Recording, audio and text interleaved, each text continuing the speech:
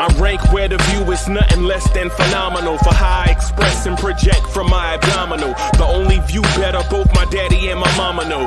No living parents, my sons give me balance. My wife is my serenity, this mic is my identity. The world is foul enough, that's why I write without obscenities. Provoking danger with broken language and spoken anguish. Begging to get hurt, why would you ask to go through changes? Yes, Lord, life's a chessboard, master the angles. Control the tempo, be the one who holds the info. Acknowledge is just as deadly as machete swings. When spoken, the truth is as potent as that Medellin. While others swear the style is free, I just let it ring. Our time is undervalued, soldiers make us better kings. My fans on my shoulder, reaching after better things. Today I take the shot, for them I'd rather set the screen. My mama told me follow my dreams. My daddy told me get it by any means. Stand tall, make him bow to a king. But I've evolved, you can see the resolve. Look in my eyes when you speaking to God. Life and for those who we caught up in using what I was taught with the muse. I guess they call it proving I'm more than an artist. Penciling out my darkest while stenciling out a harvest. And storing what gets me from A to B, just like garages. Instrumental with collages. Envision what I've been drawing. Broadway to give you rhythm like the great Lena Horne. So bent on, found comfort in the storm. Find peace and on when you see them others perform. Organized chaos, I'll cast it like hey ya.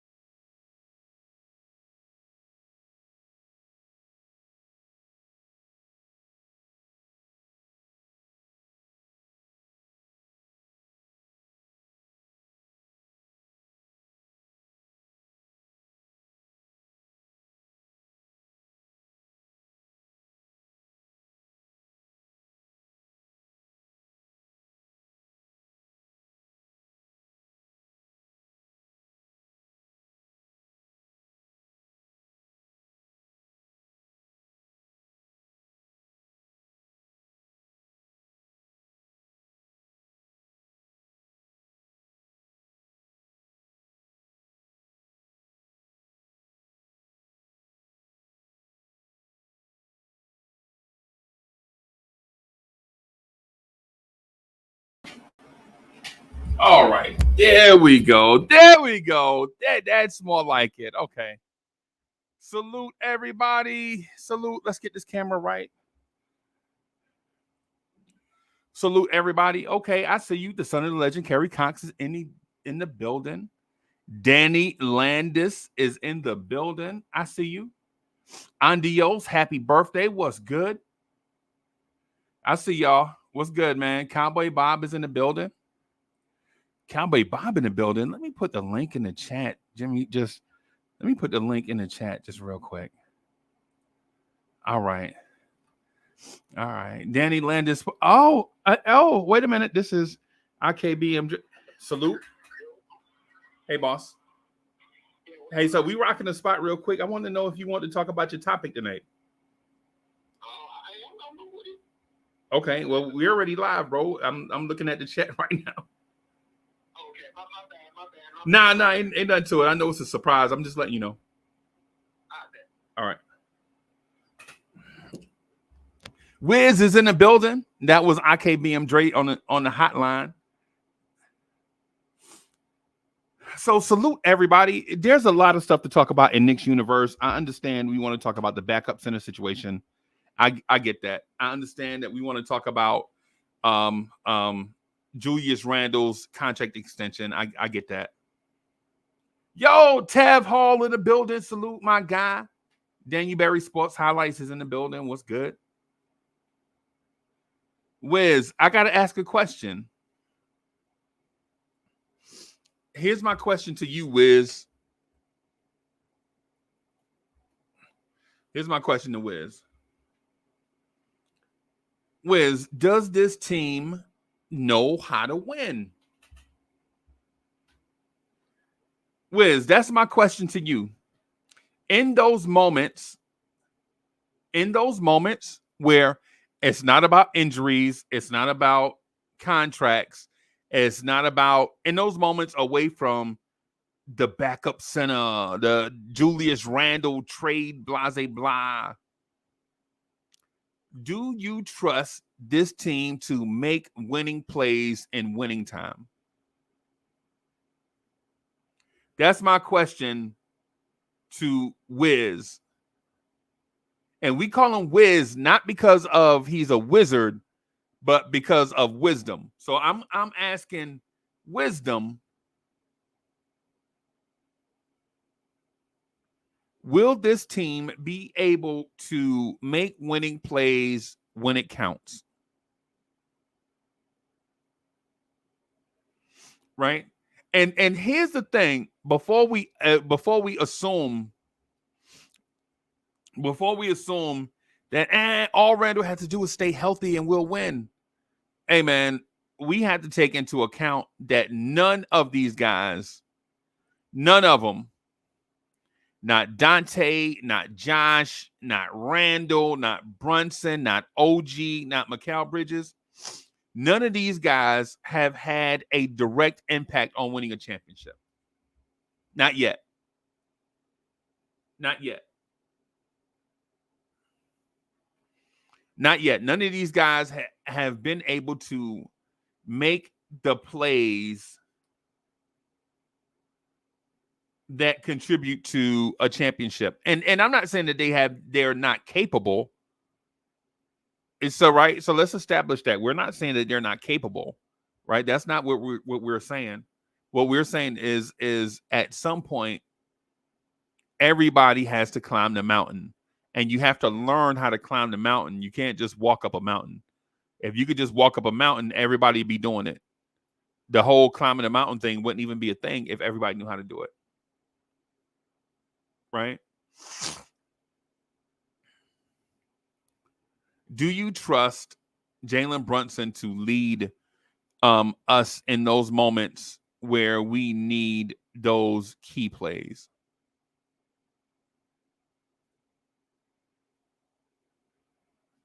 Do you trust Jalen Brunson?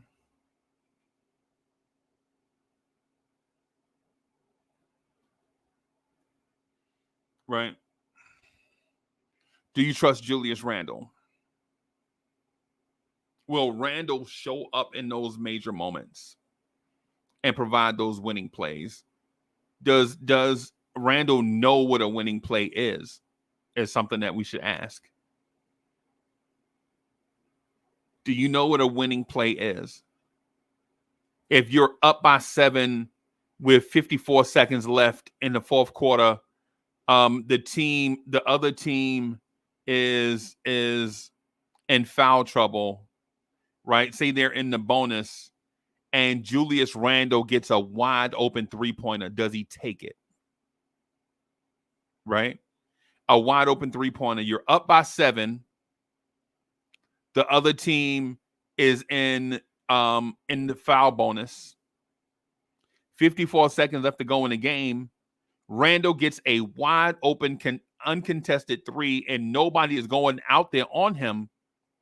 Do you take that 3?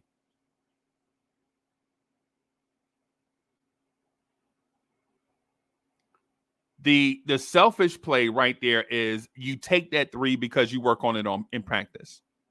The smart play is thinking, how much time is left on the shot clock? Right? It's 54 seconds, but I never mentioned how many seconds are left on the shot clock. They're in the bonus.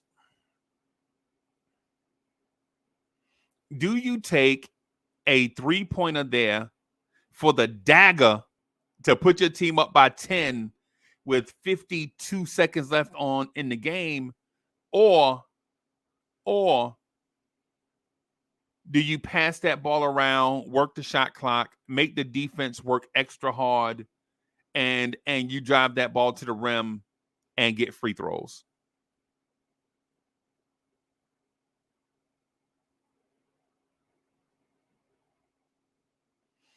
It's just something to consider.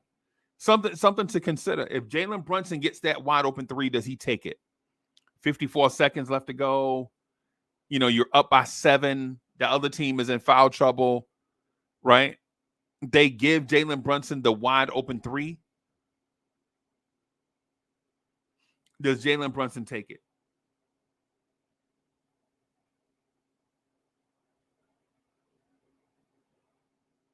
Right?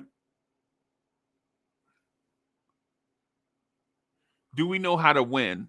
Right? Do you take if you're Randall, do you take that three? If you're Jalen Brunson, do you take that three? It's just something to consider. Right? Or say you're in a game 7 and you're down 20 and you're on the bench. Say you're on the bench and your team is down 20. And with you on the bench, they come in, the backups come in and cut the lead to 12. Oh, I'm sorry, cut the lead to 8. None other is in the building. Say you're on the bench and when you left the game, it was a 20-point lead. The backups come in and they shave 12 points off the lead. The lead is 8. And you re-enter the game. Right? When you re-enter the game, do you take over the offense because you are the best offensive player? Or do you let the guys that cut into the lead continue to cut into the lead? Mets, what's bro? Not much. Just looking over a book I got at a horror convention yesterday. Want to see what it is? I'm sorry, I didn't. Say that again. Want to see what I got picked up just recently? What was it? Okay. Got it at a horror convention I went to yesterday. Okay, sweet. You have fun? Yeah. It's better than the one I went to in February. Oh, well, good. All right. So, Well, go ahead, bro. I say you try to get your teammates and what you were getting at. I say you try to get your teammates involved instead of just putting the burden on your own back, because that's self-destructive behavior, in my opinion. Right. And that's what I'm asking about. Does this team know how to win the high leverage games? Like, what do we do? What do we do if everybody's shot's not going? Say a high level opposing coach has figured out how to lock up the offense. Is there an alternative that we could go to? To be honest, I don't know. I mean, it'll depend on our starting configuration. I mean, we're still up in the air with the Randall contract. We don't have a legit backup center behind Mitch if we have to throw him back to the Wolves in the middle again to start the year. So to be honest, I'm not really sure.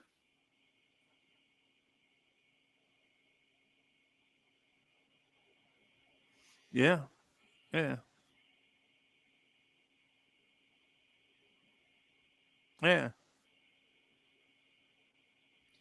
mean, that's been the frustrating thing with this team. I mean, it's boiled down to what's done us in is over certain players getting overtaxed, litany of injuries, especially in the middle or at the front, especially in the front court, more so than the back.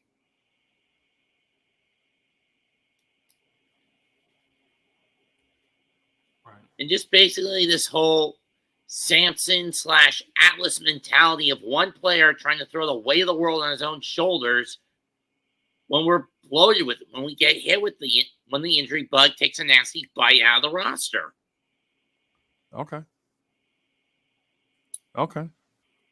I mean, we've seen this for at least the last 3 seasons. Right. Okay. All right. I respect that. I respect your opinion on that. You know, I think we all may have differing views on the upcoming season. My view on this season, this upcoming season, is that nobody in the league can beat us in a 7-game series if we're healthy. Period. Right, and it's not just because of the personnel, but it's because of how the personnel operates.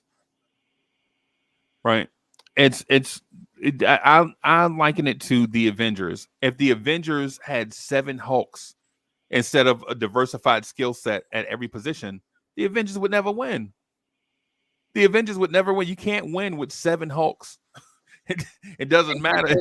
And yet you have She-Hulk, Red Hulk, Gray Hulk, Armored Hulk, Blue Yeah. Hulk, and the OG Hulk. Okay? Yes, I know that's 5. Yeah, Joe Fix-It. So you have Joe Fix-It also. World Breaker Hulk. You have all these different, iterations. And Right. again, and for 5 different Hulks, you have 5 different Iron Man Mark 14 models. Codename Hulkbusters. Yeah. Yeah, you have Scar. So you have Scar, Hulk's son. Right. So you have all of these. Yeah. But in this case with us though, I don't think a team can beat us in a 7-game series, and it's not because I'm just a Knicks homer and just feel like this is our year. I don't think it's manifest destiny.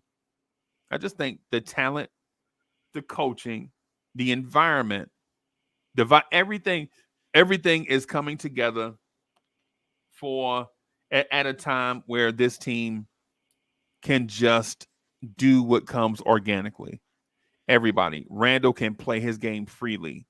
Brunson can play his game freely. OG can play his game freely. Bridges can play his game freely and unencumbered. Josh Hart can run around like a chicken with his head cut off. That's what he likes to do. Dante can shoot that 3 and be athletic. That's what he likes to do. Mitch can block shots and rebound. That's what he likes to do. As long as he can keep his legs intact. Yeah. Yeah. Or at least his ankles. Yeah. Yeah. I mean, I'm not going to lie. First 10 or so games, it is murderer's row for this team.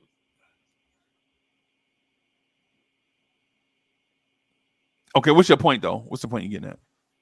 Point is, gotta stay healthy, gotta be consistent, and gotta commit to discipline at any and all costs. No, I mean about the first 10 games. So you're concerned that the Knicks will get hurt in the first 10 games? Yeah. Okay. All right. Okay. Yeah, that's what I was confused to why the first 10 games are and I understand it's about getting off to a quick start and things of that sort too. That's one of my concerns. One of my concerns is I'm not concerned about the injuries. My concern is a slow start. Right? Because I don't know if Randall is healthy yet. We don't know yet. We don't know if Mitchell Robinson is healthy. We just don't know that for sure yet. We don't know if OG Anunoby is healthy. We don't know that for sure just yet. Yeah, we really do not need this team to come off like a damn Reggie Gigas. Basically afflicted with slow start, first 5 moves in a battle gets stuck in, all of its stats are cut in half.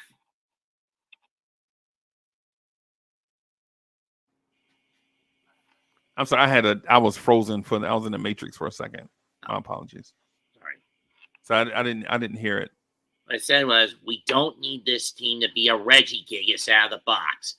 Okay. Afflicted with slow start, our capabilities cut in half. Right. Hey, I'm honestly, I think I did a spreadsheet on this where let me go to it. I'll find it, everybody. I have a ridiculous number to I have a ridiculous start to the season. I have a very homer. Yeah, you said start. If I remember correctly, you said we'd win 26 of our first 31. 26-5. Yeah, 26 wins in the first 31. Yeah, 26-5, bro. That's crazy. That's crazy. That's crazy. And listen, I understand that number seems bizarre, but I honestly believe that the Knicks probably are the most complete team in the NBA when you consider coming off the bench, you have Dante DiVincenzo, Josh Hart, and Deuce McBride. I think we're the most complete team. Now, do we have the best starting five? That's up for debate. Do the Knicks have the best starting five in the NBA? That's up for debate. I mean, if we kept Hartenstein, if we had kept Ihart, I'd say yes. Right. With Mitch, it's up in the air. Right. Right. But would you say the Celtics and Porzingis is not healthy? Not really. That's what I mean. Okay, could you say Philadelphia? Philadelphia starting five? I don't think so. Especially with how much of an asshole Joel Embiid is. Yeah, I think Joel Embiid is washed up. I think Joel Embiid is a washed up man. I don't know if Joel Embiid is the same factor. Chat, what do y'all think? Is Giannis Antetokounmpo, is Milwaukee with a constantly crippled Giannis the same as it used to be? No, I don't think so either. I don't know. Yeah, I don't know. Rich boy is in the building. Salute.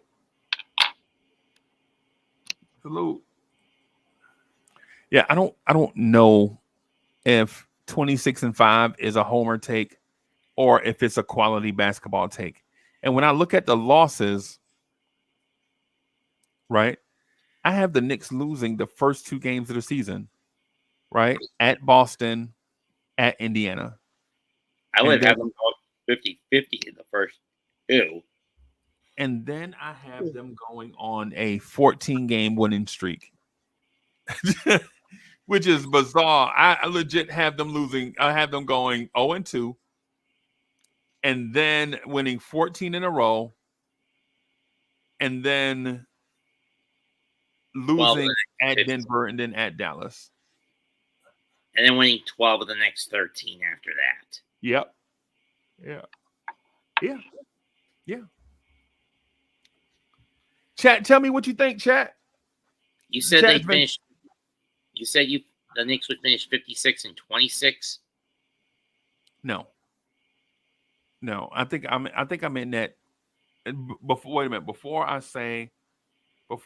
commit to that, let me go to the predictions because I do have them here. So I have 60-22. I had the lowest at 52-30. 52-30. Yep. But that was only because I was taking the probability of injuries into account. Right. Yeah. I definitely have the Knicks winning 60 games. I don't know if the injuries can impact us the way that they did prior. And the reason being and not trying to throw some people under the bus, but I'll throw some people under the bus. I think the fact that our reserves will turn out to be quality NBA players. I think Tyler Kolek can play. I think Keita Bates-Diop can play. I think Precious Achiuwa can play. Right. I don't think it's a fall off like last year when we fell off to Charlie Brown Jr. and Daquan Jeffries. Personally, Charlie Brown Jr. should have just went from basketball to football and just let Lucy hold it down so he can go flying every time she pulled it away from him.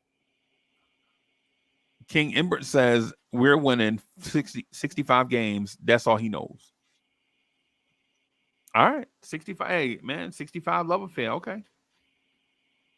All right. If you think we can win 65, I'm okay with us winning 65. I'm okay with the thought of us winning 65. I don't know if we will win 65, but I'm here for it. I'm not going to turn it down. Cardiac Knicks is in the building. I mean, the most we've most games we've won in the last 2 decades is what, 54? I think so. I think at one point during the season, I think coming out of January, we were on a 59 win pace, and then the injuries really set in.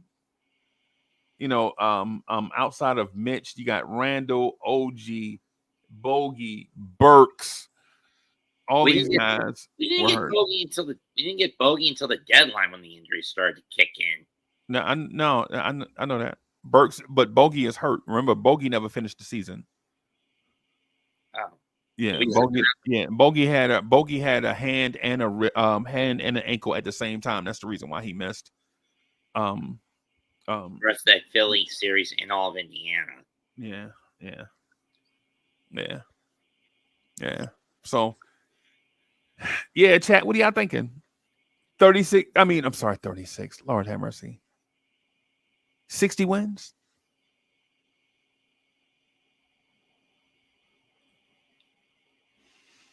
I'm gonna say something, and I think it's gonna be a tad bit controversial, and I don't mean for it to be that, but I'm gonna say this. I think this is the year that Tom Thibodeau proves that he can get over the hump coaching an NBA team. I mean, the first he got was the conference final, right? Yeah. And that was the year Derrick Rose blew his ankle out, and the Heat and the Bulls never recovered that year. Right. Yeah. So I'm not putting that mojo on Jalen Brunson. I'm not hinting at Jalen Brunson will get a career altering injury. What I'm saying is that I think Tom Thibodeau may have it figured out now. I think because you can only do something for so long before you don't become an expert. I think it's something like the 10,000 hours you put in on a task or something, like whatever it is, but however the saying goes. I'm gonna say it like this. I think teams are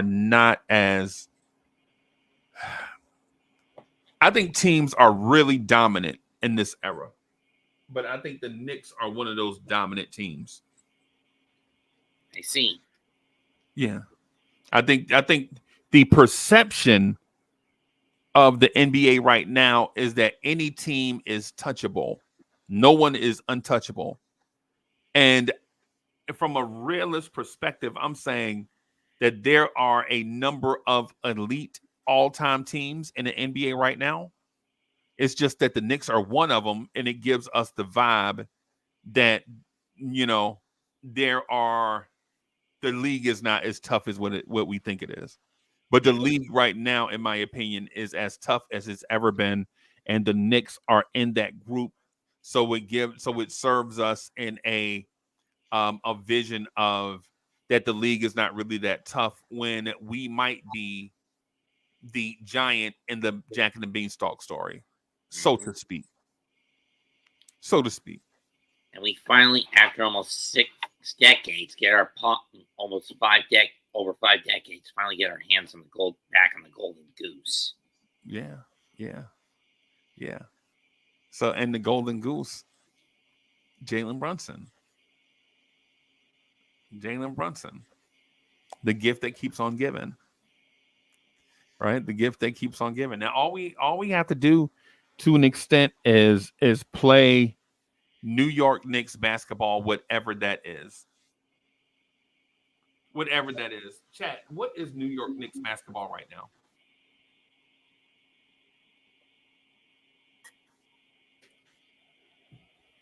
I'm going to put a link in the chat. What is New York Knicks basketball right now?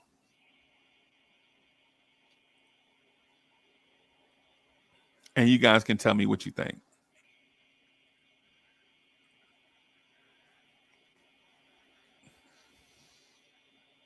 So, Mets, what is New York Knicks basketball right now, in your opinion?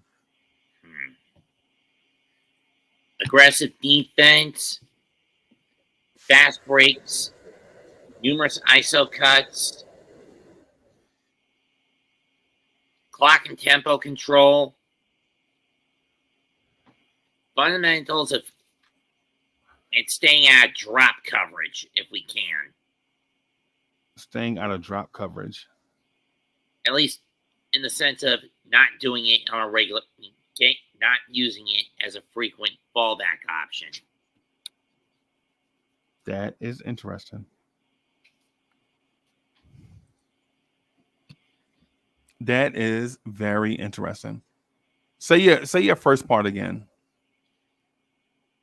Basically, come off with aggressive defense, fast break cuts on offense, shooting the three, keeping up the tempo, and not falling into various defensive traps like over reliance on drop coverage. Okay. Because if you look at some of those games that the Knicks lost last season, they were overly reliant on having the big man fall into drop coverage setups. Right.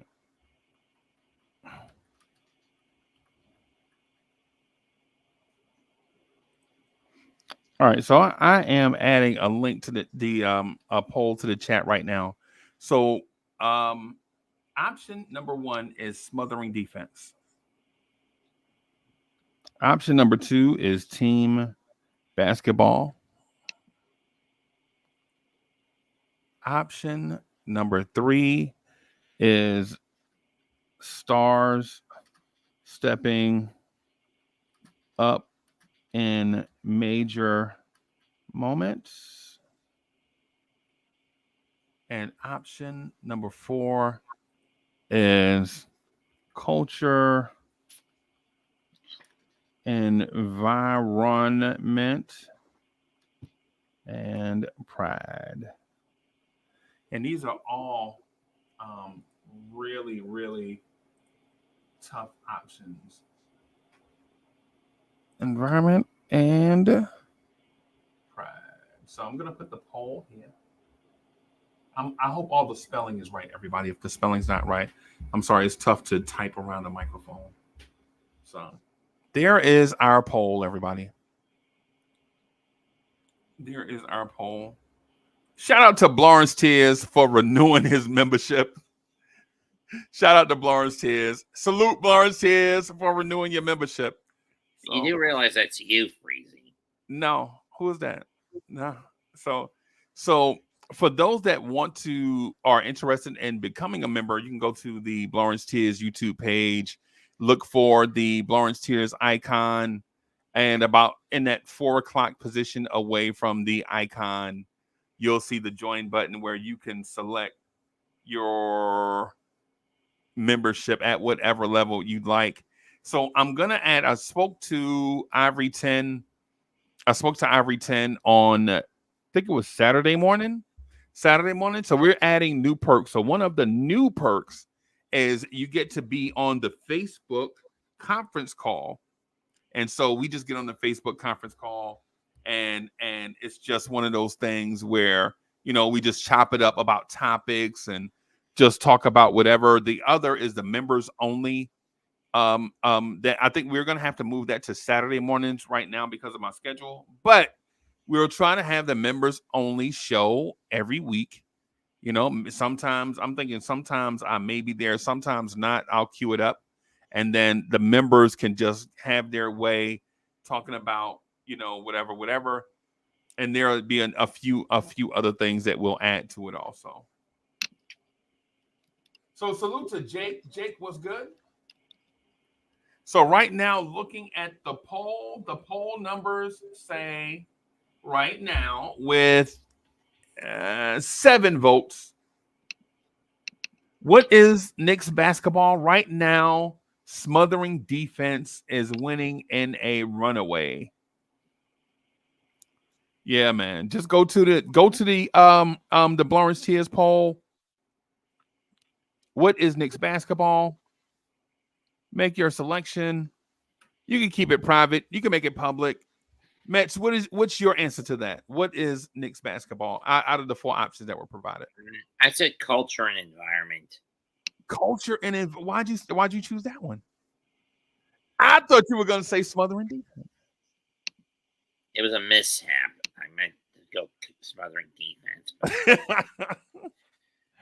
Yeah, man. Well, I mean, but then again, culture and pride and environment also have a role to play in the team as well. Right. I mean, you look at what the team was like 10 years, 15 years ago, 13 years ago under the collaboration of D'Antoni and Woodson. It was all ISO pick and roll, cagey vets, relying on experience to win the day. Then when Jackson comes around, it's just tunnel vision, committed to the triangle, no logic in the play scheme, and players not wanting to do it because they know the play style is antiquated and inferior setup compared to most people who at the time were doing ISO and pick and roll setups. Okay. Hey, Bob. Good evening, gentlemen. Salute Cowboy Uncle Bob is in Freezy. the building. Salute chat. Salute Matt. How y'all guys doing? Fine. Good, man. Good. I'm just happy. I'm happy, man.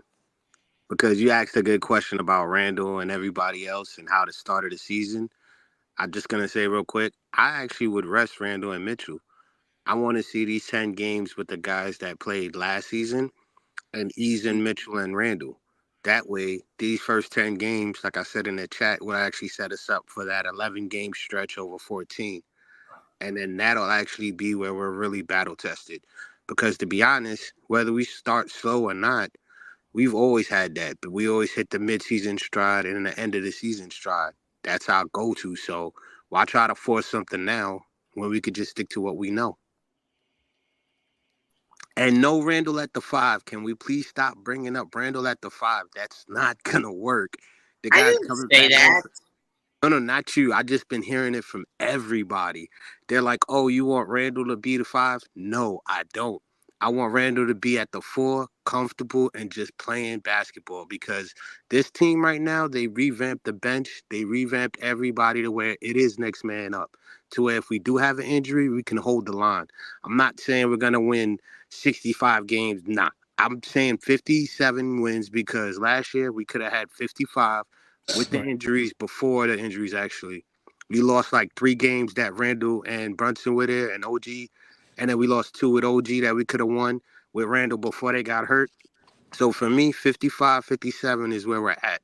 And for y'all guys to expect Randall to come back in, I don't even think he's going to be an all-star. I think he'll be an all-pro, but I don't think he'll be an all-star because the job would change. If you look at any of the old-school players, like look at Jordan, for example. I'm not comparing Randall to Jordan, but his game changed. Jordan started off as a did you say Jordan? No. I'm just listen to what I'm saying about Jordan. Jordan started off as a point guard. As he developed, they didn't need him to do that anymore once he got a guard. So he had to change his role to be a shooting guard and stay dominant. That's what we're asking of Randall. We're not saying, yo, Randall, you got to be that dominant player that you were when we were with Atlanta. You ain't got to be that dominant player you were 2 years ago. All we're asking you is to come in and just control. So his role is going to change, and to expect more of what he was, it's not fair. That's what I'm trying to say. And the only reason why I brought up Jordan is because I know everybody like, oh, he's comparing him to Jordan. No, because even if I said Giannis, the last 2 years, Giannis hasn't been in the playoffs for more than 2 games. But everyone expects Giannis to come back and still be an MVP player and contribute. Why can't we just expect the same of Randall to just come back healthy and contribute? He doesn't have to be an all-star. He doesn't have to be an all-NBA. That the role has changed because of the team's depth is different. So just let Randall ease in. Hey, salute. How you doing, Jake from State Farm? Salute to the chat. Salute to the Orange Tears. Guys, how you doing? Hey, Long time no see. Everything good? Yeah? Pretty good. Yeah, everything good, man. Very good. Glad to hear it. Yeah. I'm just saying the league is changing, man. And the way we got it right now, it's like I've been saying the last 2 years. We're going to hit you like a Swiss Army knife, man. We got plethora of combos and punches, mix matches, 2-minute sets here, 4-minute sets there. It's going to drive the defensive. Any coach that plays us is really going to be like, I hate playing the Knicks for real. Because even when we were talking with AD, I even said put Bridges, OG, and Precious down low and have Dante and Brunson. Come on. That defensive pressure with the long range mixed combo while Randall's resting, then you could even switch up. Man, there's so many things we can do with or without health. Excuse me. And I'm very excited. And that's what I'm most excited about. I can't wait to see how the Knicks, how they turn out to be with this new whole roster, the same chemistry. two deep best wings in the NBA with OG and Mikal. I love to see that. I cannot wait how they connect like on the court. So I'm actually excited for this season. I'm actually looking forward to it. Right. It's going to Right. be a really good one for us. Right. Yeah, man. Man, you got quiet, man. Did you hear something? Did you hear something new? No. Okay. Okay. So And the Cowboy best Bob, I guess he's saying. I guess the both of, are you doubling down on what's good, Coach? Luke, What's good, Salute, boss? Coach? Hello, boys. salute, Hello. salute, Coach. Disagree with Are Bob you on wait a this. minute? You coming in the door disagreeing? Oh boy, Yep. it's gonna be a long night. normally I'm the one that's disagreeing, but go ahead. Anything less than an all-star season from Randall is unacceptable at this point. Okay. He has already established who he is. He is not a declining, aging player. He is in the midst and middle of his prime. And not even Randall will be satisfied unless he plays at an all-star level. And if this team is going to be a championship level team, Julius Randle needs to be at an all-star level. Now, if he technically doesn't get voted as an all-star because of some BS or some Politics. politics and stuff, that's one thing. But Yeah. if Randall's doing his 22, 23, 24 with 9 or 10 rebounds and 5 or 6 assists, in my eyes, that's all-star level. And that's where our cornerstone, because that's who he is. We already know how good this team could be with Brunson putting in his work. We haven't been able to see a full season like we saw in that month of January when OG came. So it's not that I disagree that with you that he shouldn't just come back and contribute and just play. I agree, but him doing his thing and what he does will translate to just naturally. His game is just all-star level. Period. That's just the way Okay. Randall. I think Randall has a lot to prove this year. And the Mhm. reason why I say that is because that's what I'm looking forward to as well. With this year's an opportunity for him to like really level above the horizon and make sure this year Mhm. he's gonna have his best year. Yeah. One because you know I know the contract extension is not discussed at all right now. Maybe next offseason, maybe, but that could motivate him if he wants to get paid. Maybe Yeah. he has to prove that during the season, make sure he doesn't get hurt. You know, and two, he wants to win. We all know that Reynolds wants to win and with the Knicks. They all want to win. So he's got to show the work, do his job. And yeah, I think that all that combined all motivates him to show us what type of player Julius Randle really is. Yeah. And we haven't seen it yet. And that's why I'm excited to see what he can do. I was referring to him being an all-star due to I don't think he's going to start the season. That's why I'm saying he doesn't need to come in immediately and try to hit the floor running. He can ease in and still be an all-NBA. I could see him still doing the numbers that you said, 24, 26, get about 8 to 9 rebounds. That's what I'm talking about, him easing into his game. The first 10 games, I wouldn't play him because I want him to rest up and see how the system's going and allow the bench to actually create a core because down the season we're going to need them. Like I said earlier, there's 11 games in 14 days we have to play. We're going to need the bench for that. And what better time to use the bench is right now in the beginning of the season. You rush Randall back, he may not be 100%, then he's ineffective. And I'd rather have Randall at like an 85% feeling confident, ready to go and the bench actually have that core built to where the first 10 games they know what they can do, to where when later on in the season we have them and Randall can just ease into his game. 24, 26, 9 rebounds. That's cool. He could still make all NBA. What I'm talking about is all-stars as far as because of limited of games. I don't think he may start the first 5 to 10 games because that shoulder injury is serious. He needs that because it's a part of his game. And if Was we there another report that I didn't hear no, I'm just saying from what I've that heard. he's more hurt again? No, I don't No, think no, he's no. as hurt as you think he is. No, he's not. He So, has him and Mitchell Robinson. The last report I heard was him and Mitchell Robinson aren't ready yet as far as playing in the preseason. well, no, So I for know me, Mitch is, but Randall's further along than Mitch was. That's but what I heard. still, but if you rush, okay, you rush him back, right? The whole purpose of him resting up is for that, like I said, the bench to actually grow some type of unity because there's a lot of new players on this bench. We got Cameron Payne, we got Dante who's playing the same role he did last year. If he is coming off the bench because he did beat Grimes, we got McBride. Then you look at Josh Hart. Who else we got? A whole bunch of Chimo new guys Kiki. that. No, I'm just saying like we got a whole Yeah, bunch but of new guys that it's been haven't played. 6 months. I don't think he's rushing back. Look, here's the two factors that we're looking at.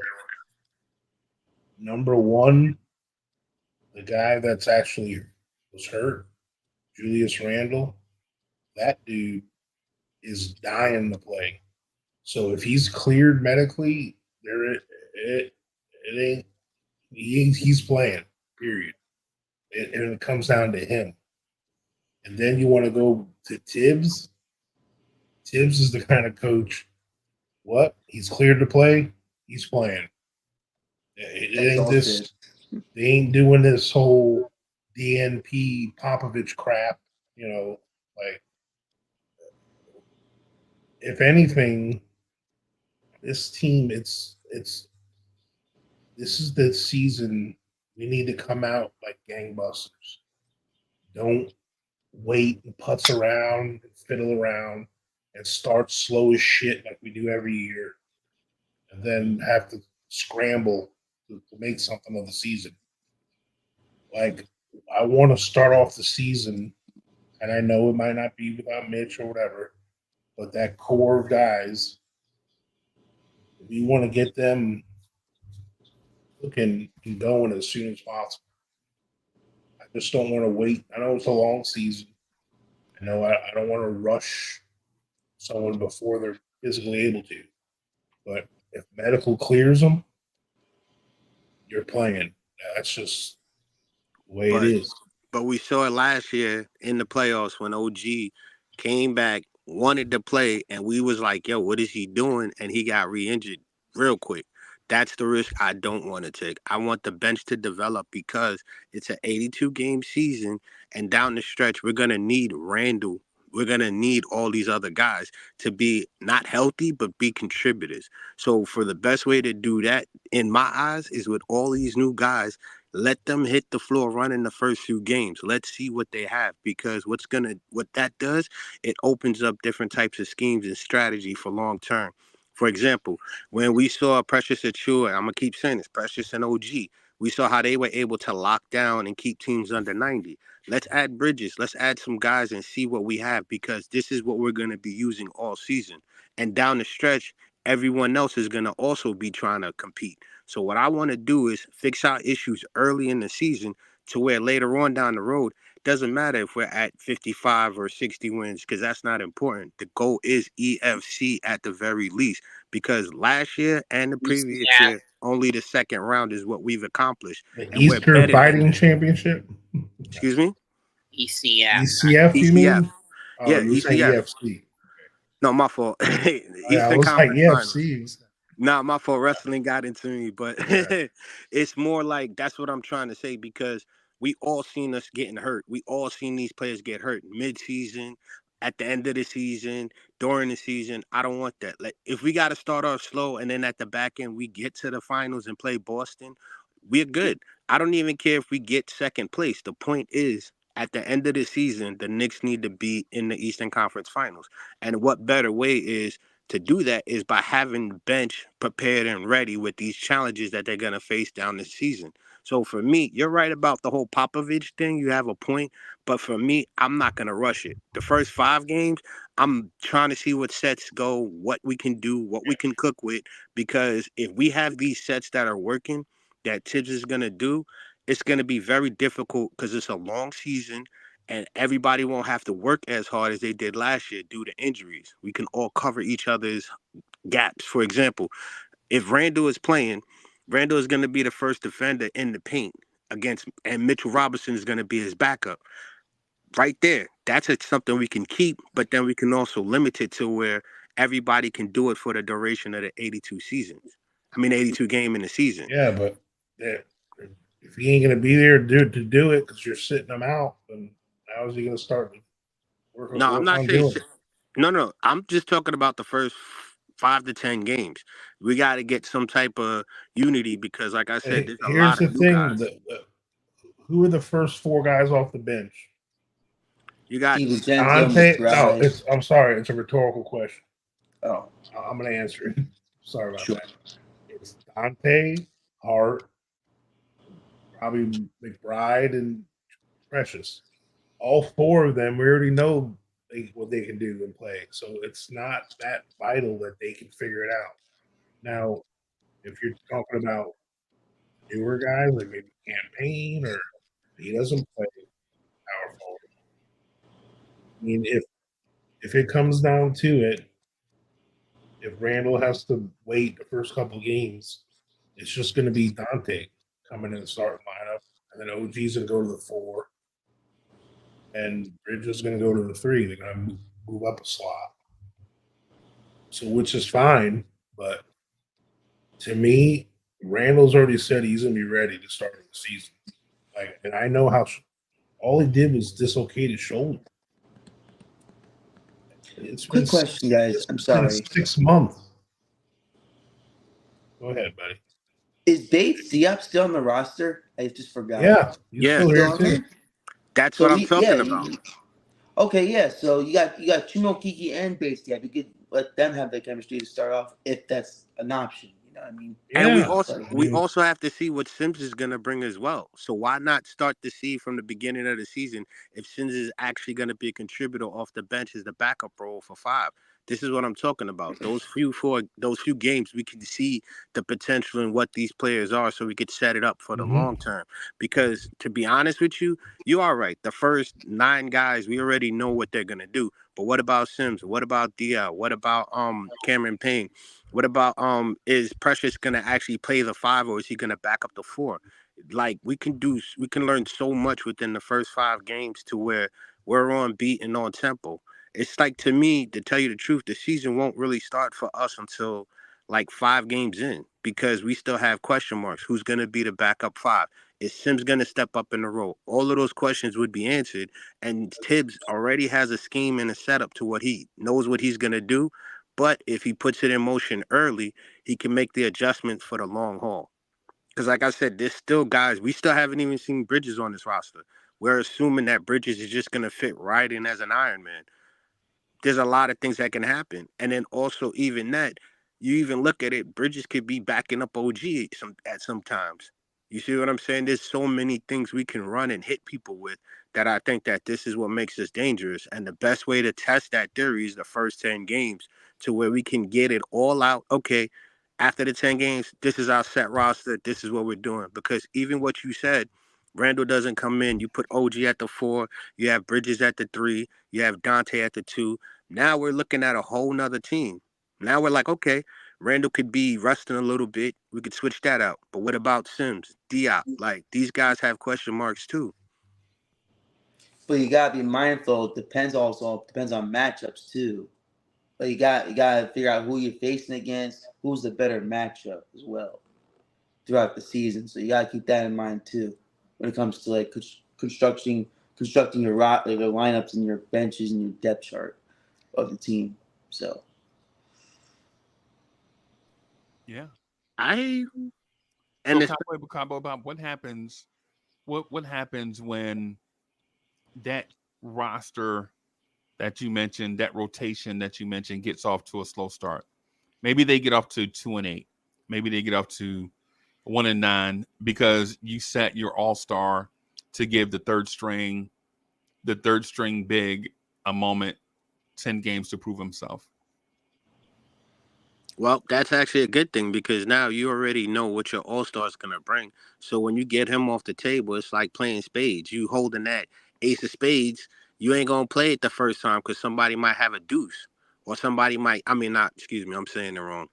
If you have that ace of spades, everyone's going to play it right off the rip. But me, not really. I'm going to wait till the second, maybe third time because if I can use a lower card to get it like a jack or a queen, then hit you with that ace, knock out the game in my favor. So there's a way that you can use it to your advantage. Because here's the thing, those 5 or 7 games, yeah, they're bad. But those are expected losses. Let's be real. You're going to expect some losses. But if you have that slow start, now you're going to something that actually you can rely on. And What's it's going to what's give the thing that you can rely on? Randall being there, OG, Bridges, like you would have something to rely on more because if you hold back, let's say, I'm not saying you're holding them back because of talent. I'm not saying any of that. I'm just saying because of health. I would just let him ease back in, let him get it going because every time we see Randall come back or a player comes back, something else could start another problem for them. Perfect example. I know we're Knicks fans, but look at Giannis. 2 years ago, Giannis was playing well, got hurt, played 2 games, and then he tried to play again, rushed back in with Dame and everything, and now look at him. He can barely play, but everyone's like he could come back and be 100%. No, some things you got to take time, and the best way to do it is early in the season. We already have a slow start. We already are going to have some issues because a lot of these guys haven't played. Figure it out as early as possible because it's not about the beginning, it's how you finish. Okay. What do you think about that, Jake? About that What Cowboy Bomb said? Yeah. Well, if I'm gonna be honest, like when it comes to regular season time, it's up to Tibbs, and we all know that Tibbs is gonna start his starters 30 minutes. It depends on how you want to do it. Like Brunt's gonna have 30 minutes regardless. You could have some people starters gonna have like 25 minutes or maybe around that range. So to answer your question, we gotta I think that what Bob said is not bad. It's not bad. It's a good thinking way to go further down the road, but it's like it's I want to see like how the team starting out goes first 10 games. I want to see how they actually produce in the game before I make that decision to make some changes of the depth. If that makes sense. Okay. But I hear Cowboy Bob. I actually understand where he's coming from. Like starting off to ease the stars that have been injured last year, ease them a little bit, let them see how they have the chemistry so they could leap in and figure it out. Which I totally understand that from his perspective too. So, Chat, what do y'all think? What do y'all think about what Cowboy Bob said? They think I'm jumping out the window. But it's about the I long hear haul. you, Bob. I actually understand where you're coming from too. So, Yeah, but that's one of the things I say I have a hard time as a Knicks fan. I'm not worried about the now. I'm not worried about the January and the February. I know that's gonna come. I'm worried about, we made it to the second round twice already. We need to focus on getting past that. You know what I'm saying? And And how we we get have past Julius that, Randle. based on what you're saying, how we get past that is to play Jericho Sims in the first 10 No, games and sit Julius Randle. I'm saying figure out if he's worthy or not, because if we're gonna use him later on in the season, let's say he starts doing what he did last season, being irrelevant when we need him to be relevant. So At what least we happens? know. What happens if you do that with Jericho Sims? You get out to a 1-9 start, and Jericho Sims is what he's shown you he's been for the past 3 seasons. Then what? Then you have your trump card. You know what Randall's gonna bring you. You know what these stars are gonna give you. You spent time to figure it out because again, this team is still fresh. There's still new guys here that need to know their role. So if it works out, cool. Because we always start off slow. What's wrong with What's wrong with accepting the fact that we need to figure this out early to where Well, later on? this is what's wrong with it. So first of all, by sitting Julius Randle in the first 10 games of the season, you don't develop chemistry between Julius Randle and Mikal Bridges. Mikal Bridges hasn't played a minute for the Knicks. So in your theory, what you'll basically be doing is developing chemistry with Mikal Bridges and Jericho Sims, a player that may not play after that stretch. Okay. And you'd be okay with that. Okay, as long as you're okay with it, man, that's cool. Because at the end of the game, okay, we start off 1-9, right? Randall comes back and the team starts clicking, and we start off the next 20 games. We end up winning 13 out of the next 20 games, and they're firing on all cylinders early. We figured it out, but then we still have to hold that line later into the season. And if Sims is irrelevant, then at least we know that early, as opposed to mid-season when, let's say, if something bad happens, somebody gets hurt, and we're depending on him. Now we won't use him as much. We'll use I'm actual gonna play, practice. guys. All right, Mets, have a good night. Have a good night, Mets. I'm just saying, give everybody in the beginning a chance to set their ways. And what I mean by rest Randall, I'm not saying the whole 10 games. That is kind of crazy. I'm saying give him a game or two, let him see not let him see what we're gonna do, but let him change and develop. Because here's the thing: great players are gonna make the adjustment to play with each other, and they're gonna do what they need to do to thrive and win. Because at the end of the day, if Randall stops for 2 games or a game, he's not playing in the first 10 games. He's gonna come back and be our trump card. Think about it. Last year we could have won to the Eastern Conference Final if we had OG or even Randall or even Mitchell Robinson. We missed 3 guys and we added Bridges. I'm telling you, one of those 3 guys, and it's gonna be most likely Randall, is gonna be the one to push us over the hump. Not because he's an all-star, not because he's all of that. It's because he's that factor that has been the one consistent player since we got him. He's been successful since we got him. So you're relying on him to do that for the remainder of the season. That's all I'm saying. Give him a little rest. Yo, Randall, we got you. Let the team develop. Boom. Once he's in, it's all tracks are running. No excuses. Play like a champion. But I think different than everybody else, though. Lawrence Tears is a YouTube channel where the fans get to be a fan. And like Cowboy Bob, you too can state your opinion and in a judgment-free zone. So if you have an opinion, as long as it's safe and abide by YouTube's guidelines, there's no disrespect or bullying and things of that sort, man, Lawrence is the place for you.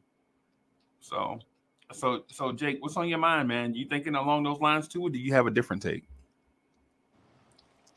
I like both ideas, really. It just we got so many options on that roster. We got so many options where we can go with.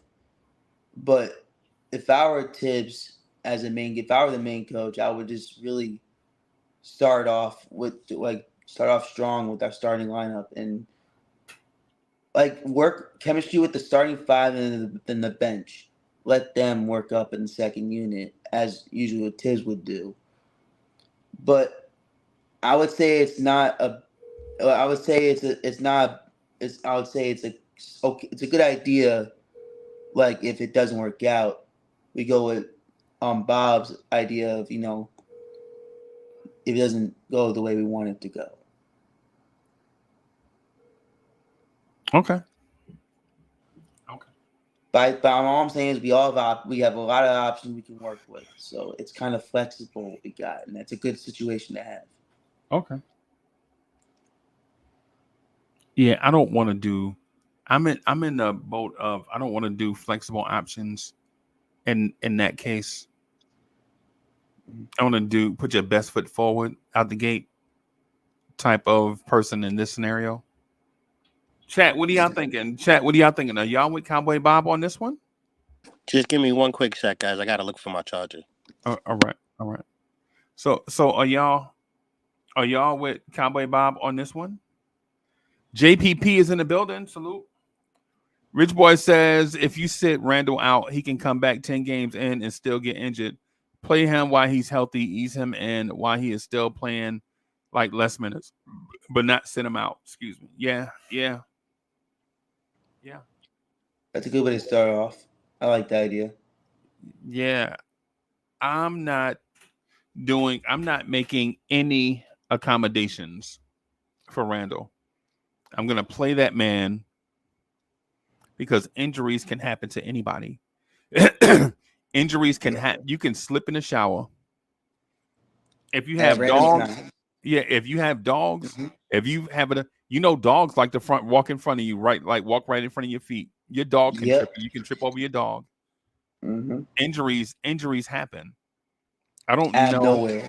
Yeah, Right. I don't know if preparing for the worst and hoping for the best is a strategy that I want to consider. Molly So you Mall is rather in the start off building. you saying you might as well start off strong throughout the whole season and see where it can go. Yeah, Randall's an all-star. I'm not sitting a healthy all-star for a borderline NBA player. I agree with that. Like we shouldn't even bench any of our all-star starters. Like that just hurts. Like that just beats the purpose of what we're here for, what the Knicks are trying to do. So I hear you on that.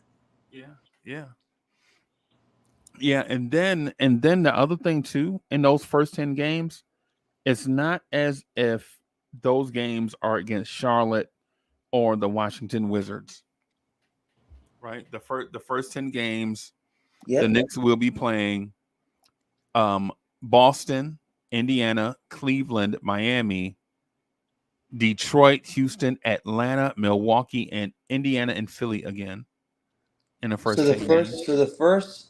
I guess for the first like 10 games, you kind of do need your star players. Like Yeah, you kind of yeah. And then whatever like the best matches we got, which is Detroit, for example, we can use a little different strategy, easing our minutes to our stars to get them healthier and easing them in with the bad matches that we got benefit for. Right. And that's assuming that Detroit is the same team they were last year. I think that's why I believe it. That's why I believe it's coming up. That my guess is Detroit's gonna still remain the same identity. I think they're still working on their schemes and stuff. They're working on it. I don't think they're ready to pounce in yet as a contender. I'm not sure if they're ready for that yet. They got years for that to come. Right. So 29 votes are in. What is Knicks basketball? 45% of the vote goes to smothering defense. I say winning culture and chemistry. Okay. So why'd you go in that direction? Because we got a team where they're familiar with each other. They're familiar how they play. They have history with each other. Right. And that's important to win a game. If you're trying to win a games, you gotta know you gotta work with the team that's work with you on the court. Like that's if the new, let's say for example, if a new player comes on a team that's never played in this type of environment before, it's gonna give them time to get used to or to get into that habit of working with, So that's why I say chemistry is Knicks. I think leaves Knicks identity because the whole roster, they're familiar with each other, and it's easier for us to it's easier for them to work easier with them instead of trying to figure out what they can do, and how they're gonna go and how they're gonna play out in the court. How they're gonna do. What they're gonna do. Right. And winning culture, I think that the reason why I say that because I believe that starting now from 5 seasons or so, I think they're really taking it seriously, to a level where we're trying to win games. and they've been wanting to do that for years. Okay. They just haven't gotten the luck that they wished for until now. Okay.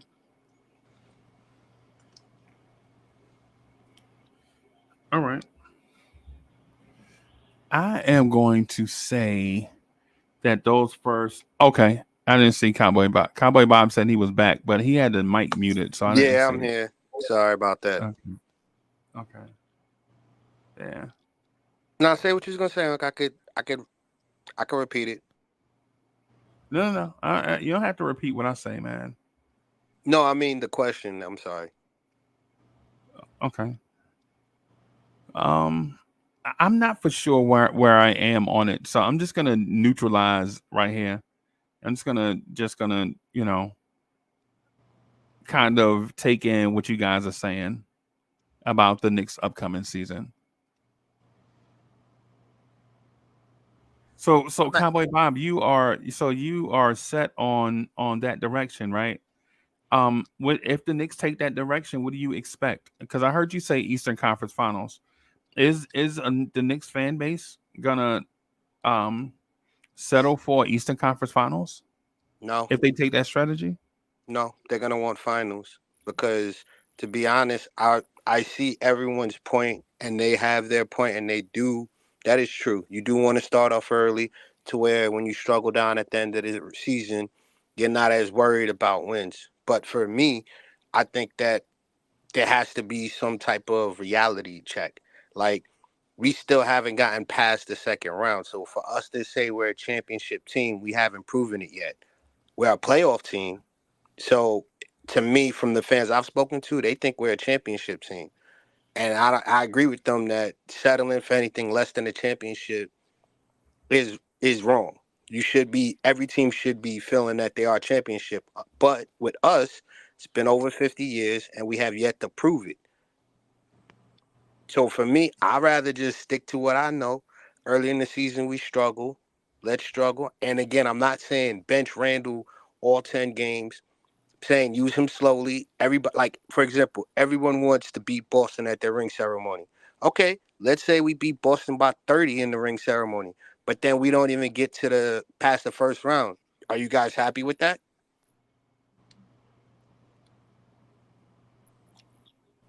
I was actually like, Jake, are you happy with that? No.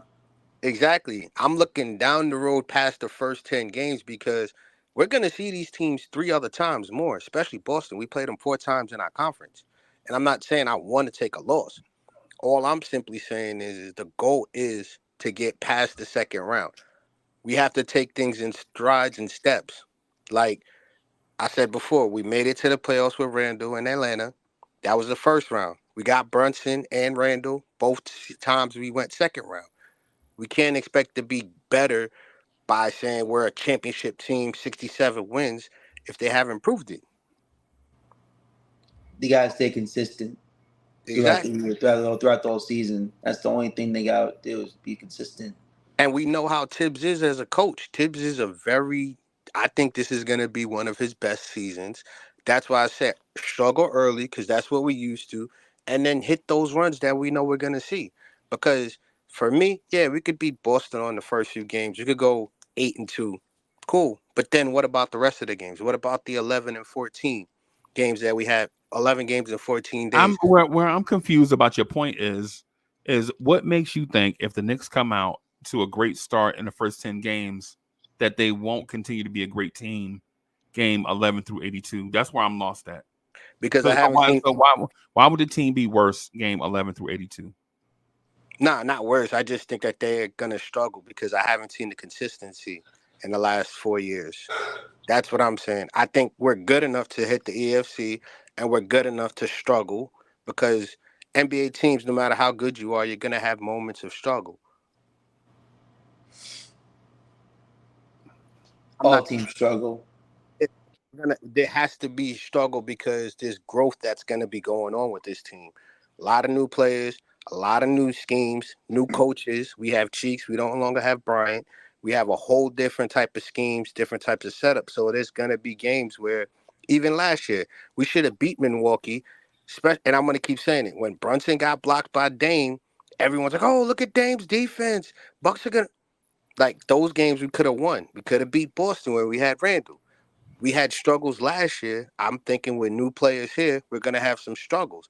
And I'm not saying we're gonna start off 2-8 and then just magically have a beautiful run. No, I'm just saying allow time to grow with this team.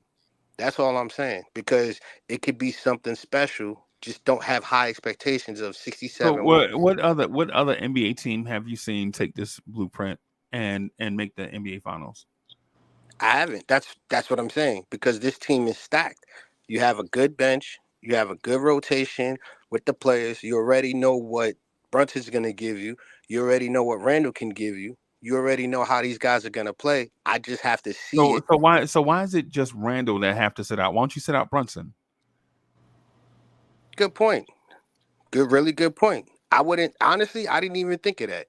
I was only going off for Randall because Yeah, of his injury. to your That's a good strategy. point. I'm this and everybody. This is not my opinion, right? I'm just listening to Cowboy Bob's opinion, right? My opinion is the opposite of that. But full disclosure, I want to listen to it in case there's something that I can uncover, something that's revealed to me. So the thing is, if Julius Randle finished the season as an injured player, and you sit him out because there's an unproven player that you want to see, then why not sit out Jalen Brunson, who ended his season with injury, didn't finish a playoff game, and you have unproven additions to the roster, Cameron Payne and Tyler Kolek. Why not just sit out Jalen Brunson then? That's a really good question. I didn't think of that, but the reason why I didn't think of that is because Jalen Brunson's the captain. You Because it's cannot. maybe some Randall hate somewhere in there. No. The Randall thing is pure off of injuries, and I need him to come back healthy. Brunson finished the season But injured. true, but I just also said too, he's the captain now. Everyone knows he's the captain. So How are you gonna? does the captain make you a better player? No, you can't. What I'm trying to simply say is this: you can't bench the captain if he's the captain unless he's hurt, like within good reason. For me, if Brunson's the captain, he has to go. It's like Derek Jeter. There were times he was injured and he was out there still playing, still giving you doubles, still giving you hits. You can't bench the captain. So for me, I didn't even think of that. I'm only thinking as far as Randall's injury, as far as Mitchell's injury, and maybe a little OG might have to take a little bit of rest. But for me, Brunson's all burners. He's all go because he's the captain. He's leading the charge. I'm lost. You don't sit your captain. Right. So, but you will sit an all-star, all NBA player. For me, if I know Randall's fully rested and he's ready to go, let him go. But I'm still cautious because, like I said to Coach, the last few reports I've heard is, yeah, Randall may think he's ready, but he's still not cleared. So for me, I'm like, yo, sit back, Randall. You could play 20 minutes. You could do a little bit of this here and there, work your way back. You're good. But Brunson, you can't bench your captain. So the captain's C is the C on a jersey is more important to evaluation than a guy actually being productive on the floor. No, not to me. I think that the captain is untouchable. You can't unless he's injured. Like I said about all the captains before them, you've seen them on the court day in and day out. They are the ones that basically set the tempo and everyone's behind them. So for me, like I said, I don't even think of Jalen Brunson never missing a game because of that. He's the captain and he's determined. Now, if he gets injured, like you said, he was injured at the end of the season. Wait, so he's determined? Are you alluding Sorry, to other players that are you alluding to other players not being determined? I apologize. Wrong choice of words. That was a good one. What I'm saying is he's the captain. He's leading the charge. That being said, you don't bench him because if you bench him, then you're gonna need Randall to be on the court. Then that just defeats my whole purpose. The only reason why I'm resting Randall and easing him in is because of that shoulder. So why not just sit OG Anunoby? OG Anunoby finished the season injured. I said, yeah. I said OG. I could see him sitting back doing 15 minutes. We could use Bridges a little bit Nah, more. no, send OG out like the first 10 games, like you mentioned for Randall. Nah, Like OG and sit out OG and Mitch because you added guys to the roster, and these guys have a injury history, like what you mentioned about 35 minutes ago. yeah. What I was saying is this: if OG is still injured, I think he should rest up. The whole thing is for this: these guys are ready to play. Ease them into the game. I again will say, if you guys think that I'm saying sit them out the first 10 games, I said it. I'll run with it. But my intention is to make sure that Randall, OG, within those 10 games are 100% and they're not playing hurt to where we can't use them down the road. And this team can't grow as a team with chemistry.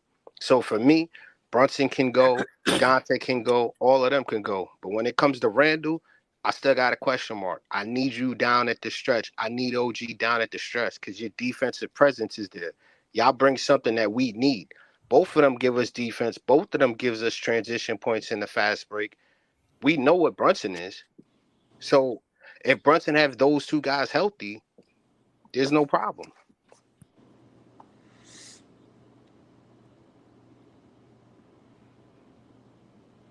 Oh, Jake, I thought you were jumping in, bro. I know No, that's no, not. no. I'm listening. I'm listening. I'm still kind of at the same time, still kind of not understanding what Bob was mentioning about either way. Either way, it's just kind of you know I just prefer like just starting off the 10 games with the stars we have. Keep it consistent, no changing anything. Just let them rock and see how it goes. And if something goes wrong, we go from there. Okay, That's all that's I'm gonna that's say about that. that's another good point too. And hey, if they do that, I won't be upset because you know it is for the Yeah. betterment of the team. That's why again, I value all of our players. I just need Randall to be there at the end of the season. And I know everyone's gonna say, "Oh, he could get hurt after the 10 games. He could get hurt." Any cool? I agree with all of that, but I don't want to rush back one of our key rooks on the board. OG Randall is our rook. They help protect the king, which is the captain, Brunson. And I'm not calling him the king of New York or anything like that. I'm just using it as a chessboard because he's the captain, and that's what we got to protect. So for me, I would, like I said, I'd sit Randall, maybe see, not sit him like the whole 10 games, but I'll give him an easer to where you can play 20 minutes. We'll see what you are. If you come out with all guns running, bet, go ahead and play. I'll be cautious with Randall and OG. That's my take. So, Bob, let me ask you a question then, if you don't mind me asking. So, if what you just said, if that's the case, if so, let's say if Mitchell gets hurt in the first 10 games, who do you expect to step up if you want to rest Randall for the next first 10 games? Who do you expect to take the opportunity? I think Precious is going to step up because we saw that last year. If OG is, like you said, just Randall, OG will also step up because they gave us that defensive presence last year. But the question mark is Sims. What is his real value? Is he really going to be the backup to Mitchell Robinson? We don't know. He's still a question mark. The reason why I asked that question is because there is reports saying that Tibbs was thinking about if Mitchell was hurt, and that if that's the worst case scenario, if Mitchell does go down, you have Randall and OG that could play the five as well. But you can't. You're not going to do that if you keep benching Randall in the first 10 games. You follow me? If that makes I sense, got you you. follow me? Yeah. I was going to So say this. that's one of the reasons why I think we. That's one of the reasons why I believe that we stick to our starters, leave it as it is, and let them work. I'm gonna You say know, this to like you said about Mitchell Robinson going down. Let's say Mitchell Robinson does go down. I wouldn't put Randall at the five because, like I said earlier, he's the first line of defense at the rim before Mitchell. So if you have him still being the first line of defense with Precious behind him and OG there, that threat is still there to where we get that down low perimeter, inner perimeter defense at the rim, helping us out with rebounding. So if Mitchell goes down, you can use Precious. You can use, let's see if Sims could do it. But I'd keep Randall at the 4 because when it comes to people coming to the rim, Randall is the one that's going to step up. He's not going to contest the 3. He's not going to go all the way out there. No, he's going to be the first line of defense. And then it'll help us out even better if Mitchell goes down. That's how I would use Randall. I wouldn't put him at the 5. What about would you use Precious at the 4? No, I keep Precious at the 3, and I use. Oh wait, my fault. Precious. I thought you said OG. Precious. I'd keep him at the 5. Randall at the 4. OG small forward. That's what I would do if Mitchell goes down. Okay. Salute to Molly Mall. Molly Mall says we talking about injuries and sitting starters already. Training camp haven't even started yet.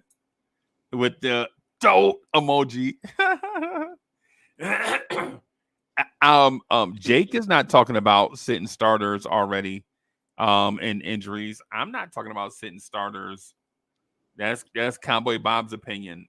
Cowboy Bob is talking to y'all about that, and we're along for the ride, and that's the reason why we're asking questions, just considering if there is something there that we align with. If I don't recall, the Knicks are still looking for a backup center that they could sign for a mid-level with the mid-level exception, right? Aren't they still looking for another backup big man? I'm not for sure. If that's the case, that could change everything. For what this conversation is about, too. Yeah. Salute to Coach. I think Coach may have had to step away. I don't know if he had sensory overload or if something happened, but salute to Coach. He probably out there somewhere, probably listening. David says the poll was challenging. Yeah, man, the poll is challenging. So hold on for a second, everybody. Let me do. So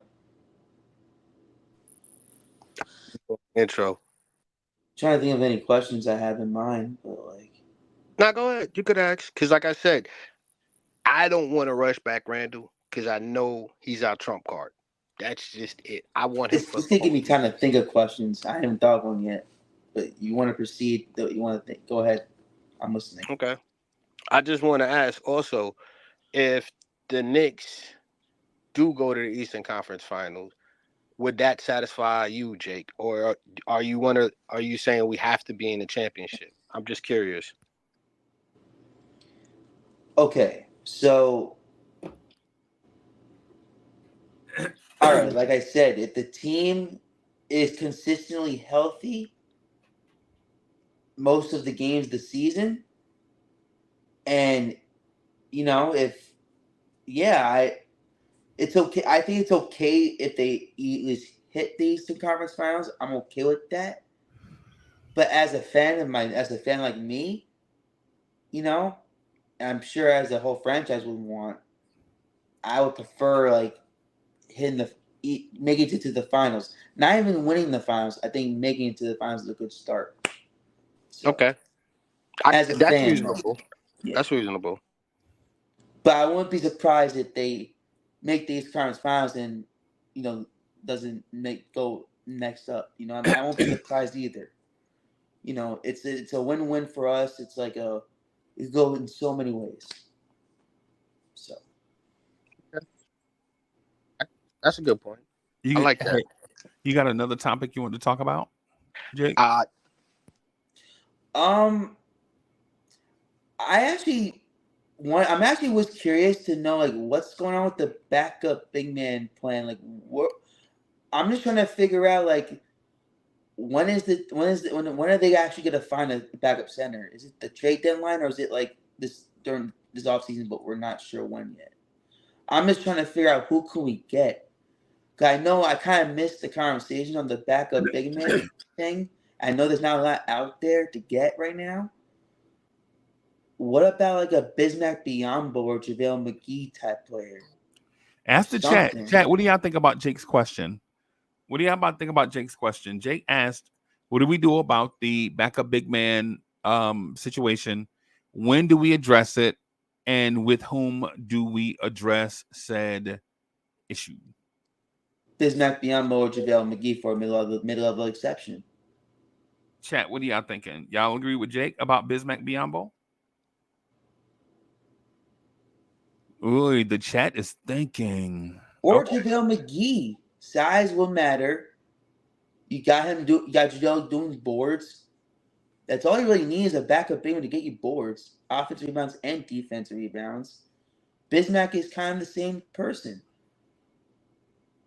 So you might as well, they're still out there. You might as well go get one of them for right now, and let's see how it goes. And if you're going to make a change at the trade deadline, then there's your opportunity. Okay. So are you set on a low cost big man, or are you set on trading someone off the roster? Both. Start off by getting a big man, a backup like either Bismack or JaVale. See how they adjust into this lineup and see how they do for the first half of the season. And if it goes well, sit tight and hold on to them. But if you think there's a change that you want to do through the trade deadline, it actually might be beneficial for us to do that at the deadline so we could trade one of those players to get a good big man that's we were looking for this whole time.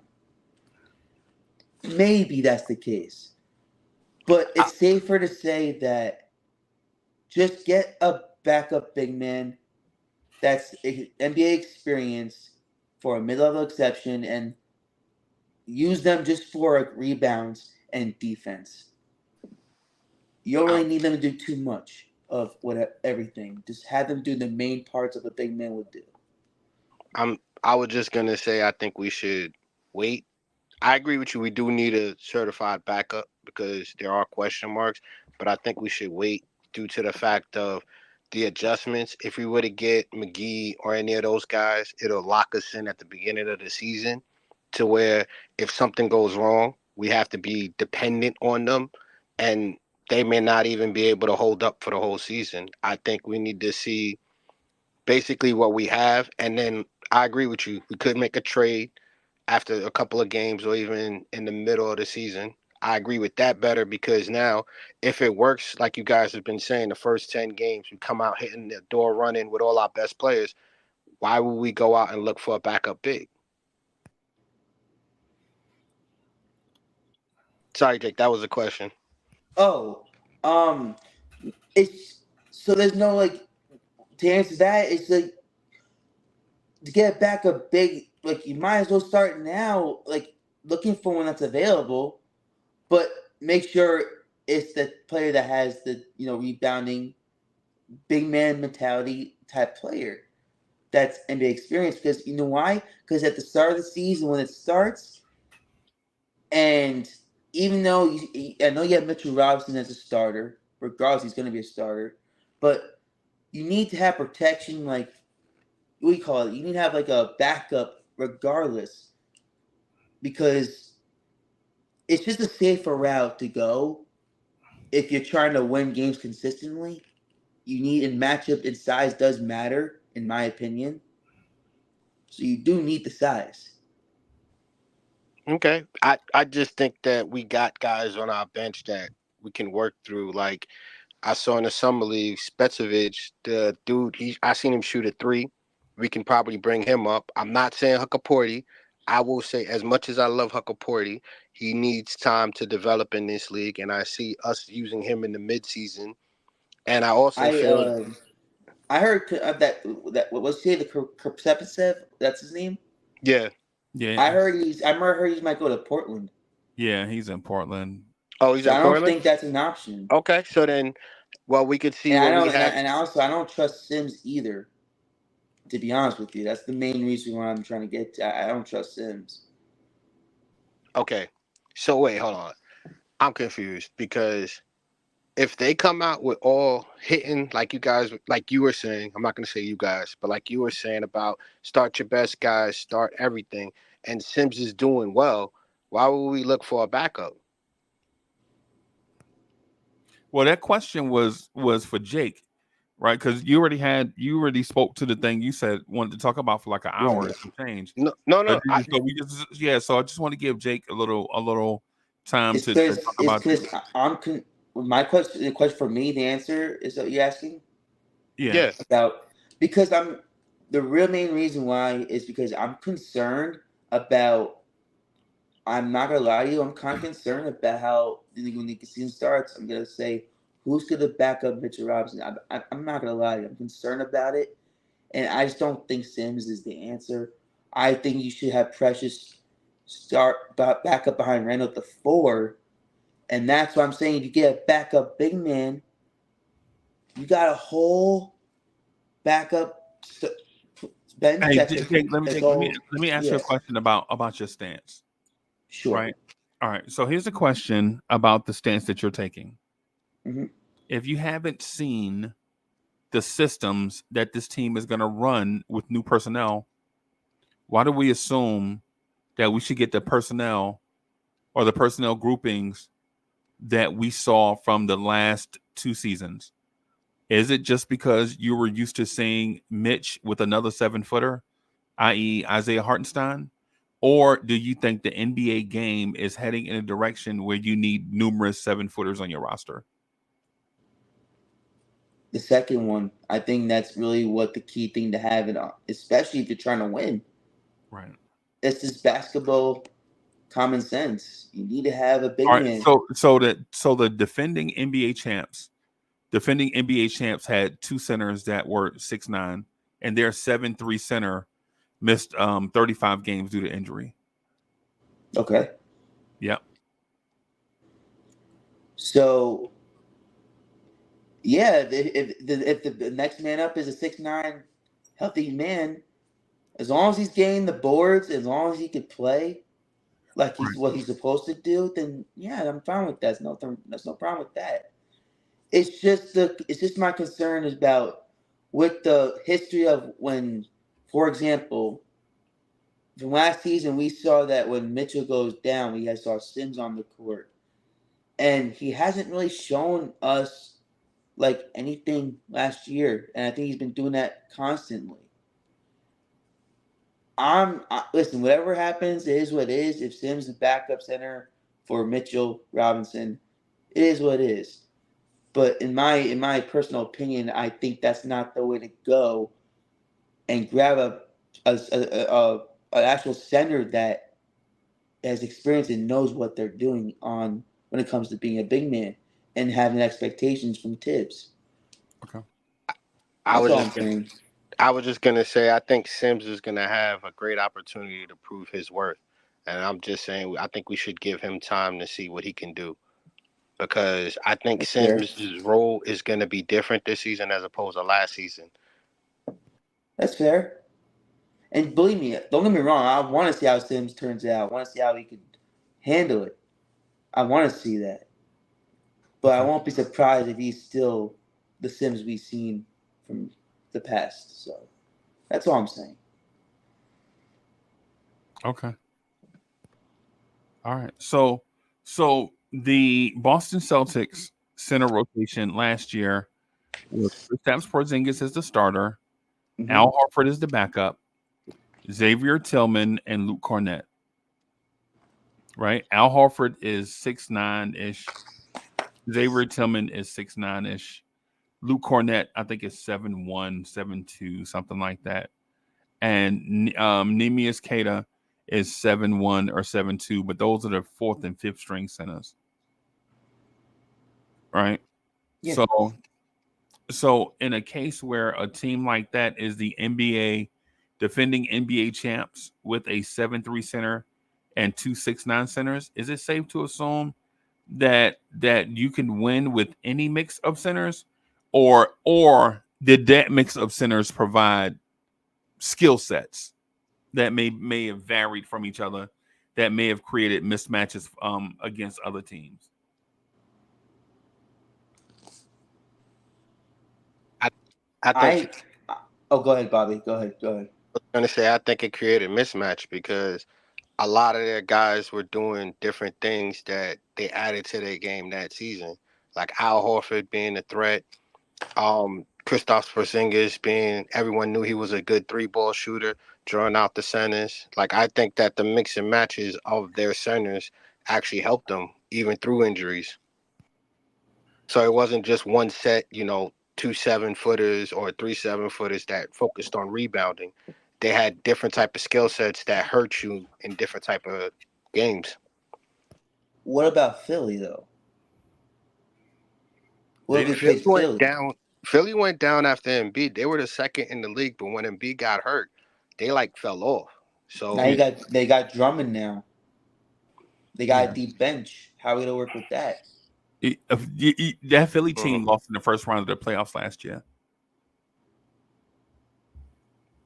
They just had Embiid last year in the playoffs, and they didn't have any backman besides that other guy. What's his name? That backup for Embiid. That's all they had was, and that backup center was only like 6'9". But they just got Andre Drummond as a backup. I'm not gonna lie to you. If we play Philly with the roster we have now, starting off, I'm kind of worried about That's why I'm saying that there's a certain type of matchup you got like really be curious about. Like the matchup is key. but Right. that matchup with the Sixers is different though because you got a big like Embiid who's gonna shoot mid range and 3-pointers, and then you got a down low post threat in Drummond. So you have two different types of centers that are gonna attack you. And I think that diversity is going to give them the advantage as opposed to just having two guys that do the same thing. Well, I probably wasn't thinking about their skill set. I wasn't even So, thinking so about are you assuming that Joel Embiid would have done better if he was healthy against the Knicks? Is it which you're? I'm just want to follow. Yeah, if he So was you're saying so healthy. if Joel Embiid was healthy, the Sixers would have beat the Knicks in the first round of the playoffs. If he was healthy, yes. Okay. And the reason why I bring that up is because Joel Embiid took 22 shots per game in the playoffs, and he averaged 33 points a game in the playoffs. He averaged 10 rebounds in the playoffs, and I think he averaged about 4 assists. He may have had a 50-point game and a triple double in the playoffs against the Knicks. And a 40-point game too. Yeah, yeah. And so you think maybe a healthy Embiid would have had a 65-point game, maybe? No. And maybe 2 or 3 triple doubles against the Knicks? No. I'm talking about like if B was healthy, he'll probably have a 3-game consistent 40-point games or 4. So If he he's would be healthy. he would have been better than 33 and 10 against the Knicks. Correct. I believe so, yes. Okay. And in addition to this year, if he's healthy this year with Drummond on top of that, that's one thing you gotta think about. Yo, look who it is, everybody. Our guy City for Real is in the building. Yo, what's good, people? Salute, What's salute, going and good on? evening. Salute. How are you? City is in the I'm building. good, man. Bro, you're gonna have to do something with Daniel Jones, bro. Oh, He's growing that I don't beard. even. He's growing that beard, man. I don't know if that's good luck or something. I don't know, man. I don't even want to get started on that dude. Let's just leave this dude out of the conversation right now. Fair enough. Yeah, before you got here, Cowboy Bob said, "Sit your starters the first 10 games of the season and let a backup prove itself." That's what Cowboy Bob said. What, DeVito? No, I'm talking about the Knicks. Oh, what? Wait a He minute. said What? sit Randall, sit Randall or OG, and let a backup prove themselves. And then once they prove themselves, you know what you got after that. Why would we do that? They could prove themselves by coming off the bench just like anybody else does. Yeah, what he said. Oh, I never thought about that. Just because you get starter minutes don't mean that, like, you know what I'm saying? Don't mean that you're going to prove yourself. I mean, most guys, you think about it, well, not most, but a lot of guys, they prove themselves when they come off the bench, bro. Right. And then they get starter True. minutes. Then they get, like, you know what I'm saying? Right. Some people got it, some people don't. Right. Like Jalen Brunson proved it. Coming off the bench over the years, Yes, he sir. finally proved he was a starter. Free agency came. He signed with a team, got a job, and now he's an all-star. You know who Yes, else sir. did that though? You know who else did that? Julius Dante. Randle. Julius Randle did that. Came off the bench a little bit, proved that he was a starting NBA player, signed with another team, made the All-Star game. You know who else did that? OG Anunoby. OG Anunoby came off the bench. Remember, he didn't start. OG Anunoby didn't start over Kawhi Leonard. I think we got to relax. I think we got to pump relax. the brakes, yo. Yeah, man. Yeah. It's one of those things. Cowboy Bob went in depth on it though. I think there may be something to it in Cowboy Bob's sphere. I just can't relate to it. I don't understand it. Oh, okay. I'm still here. I'm letting y'all rock, you know. I'm here. If you got questions, you can ask. I don't want to talk about that no more, man. Then that's why I say I'm just gonna stay quiet. Let's keep it going. Jake had concerns about the backup big man scenario though. And I was asking Jake, I'm not saying that I disagree with Jake. I was just asking Jake questions about where he was coming from. Right. I probably haven't made sense at first, but like I'm trying to like make it sense for y'all to like, you know. So Right. So if Tom Thibodeau it historically runs a 9-man rotation and you acquire another big to play in that 9-man rotation, who's gonna sit? Are we gonna sit Josh Hart? No, you know that ain't happening. Precious. Yeah, Precious is not in the rotation right now because if you have your starting five and you play Dante and Josh, that's 7. So now you have. You're asking me if it's a 9-man rotation. Yeah. Okay, I get what you're saying. Yeah. So let's see. You have Brunson, McCall, OG, Julius, and Mitchell as the starting 5. Let's say, right? Right. Yep. Then you have Deuce, Dante, Hart. That's 8. Precious Achua as the 4. Okay. Or you can go Deuce. It's gonna have to be So why'd you sign Cameron Payne and Precious Achua if they're not going to be in the road? Why'd you spend $10 million on them instead of just using that $10 million to trade for a starting level caliber center to pair with Mitchell Robinson? I don't know, bro. I hear you saying that. I mean, I wish they would have done that. I wish they would have, but they didn't. I think. But yeah, so I would have to. I take my answer back. I would say if it's 9-man rotation, just have Precious and Campaign not in the 9-man.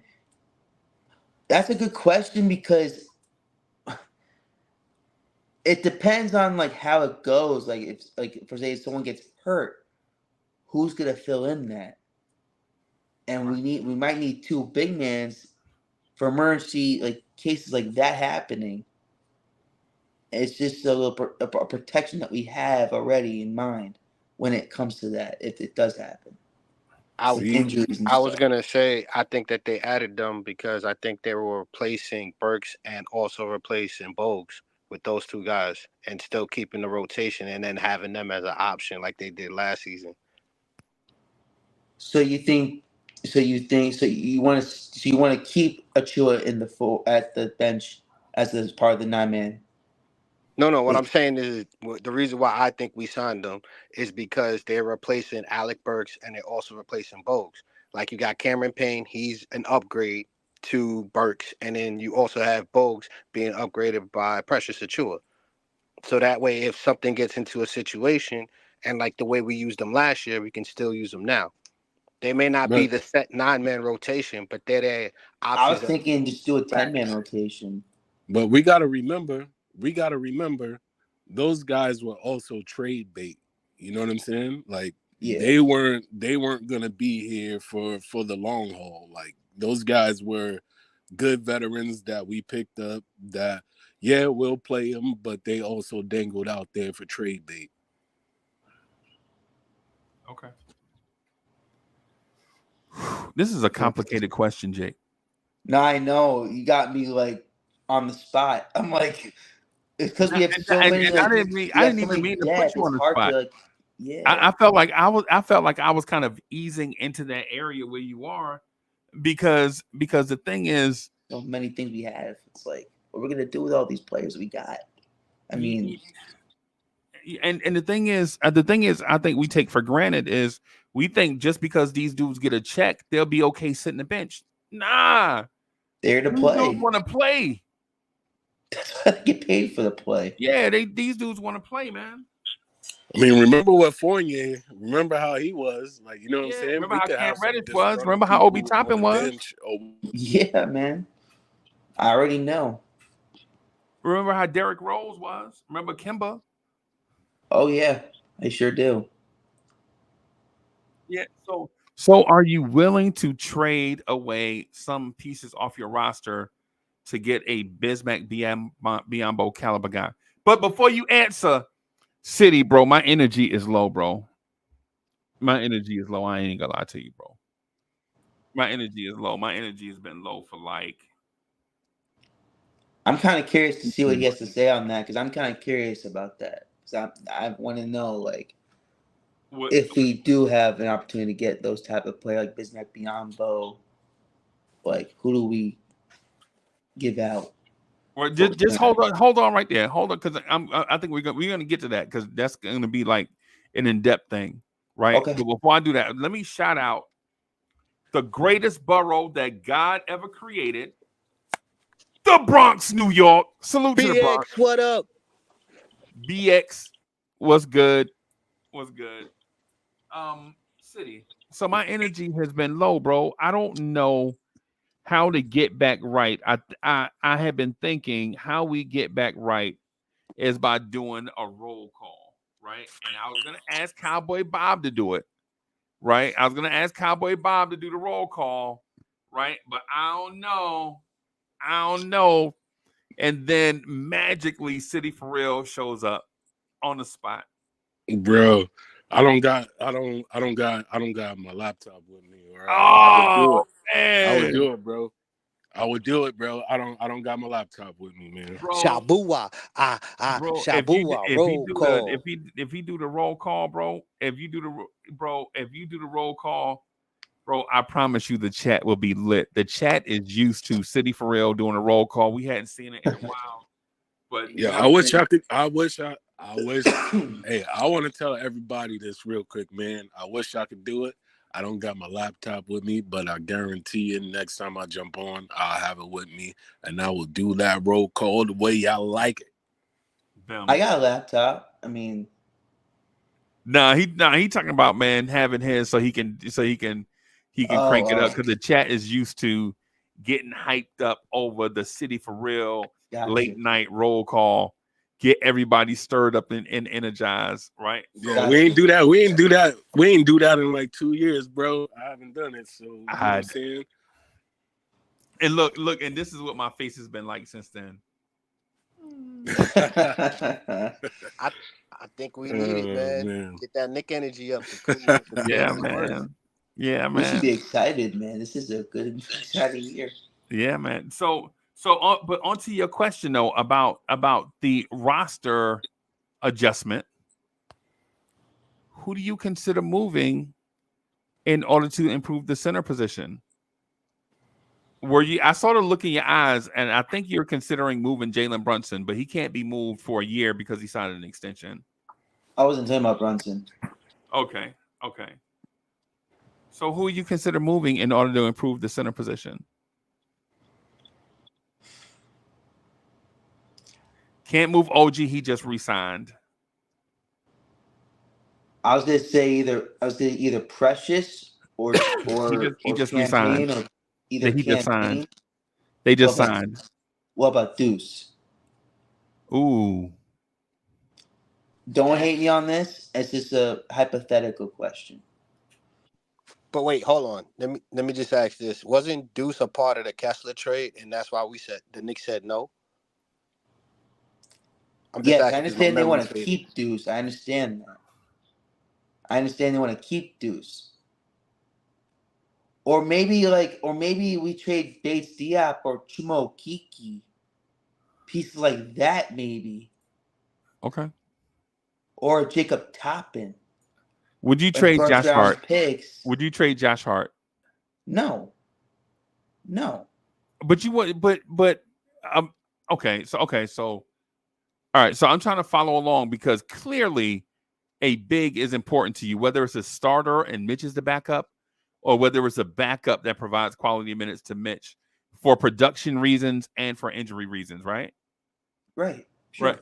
But if you could trade for, if you can trade Josh Hart's salary for a $20 million center, you wouldn't do it. You wouldn't trade Josh Hart for Jared Allen and Mitch be his backup.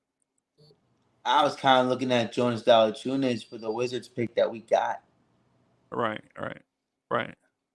So you wouldn't trade Josh Hart for Jared Allen? No.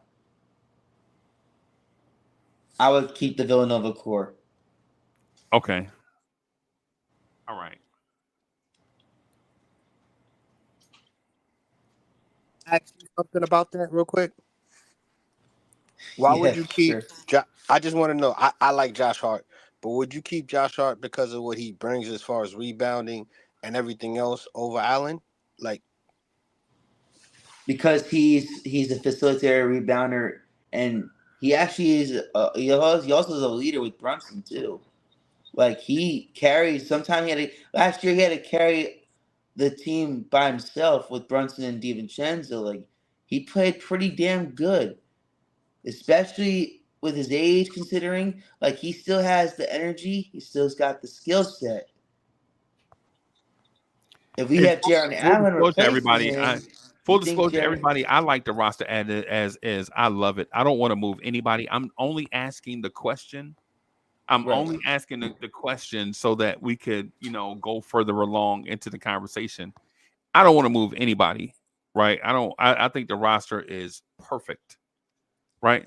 But would you move Dante DiVincenzo in a trade to get you a center like a? No.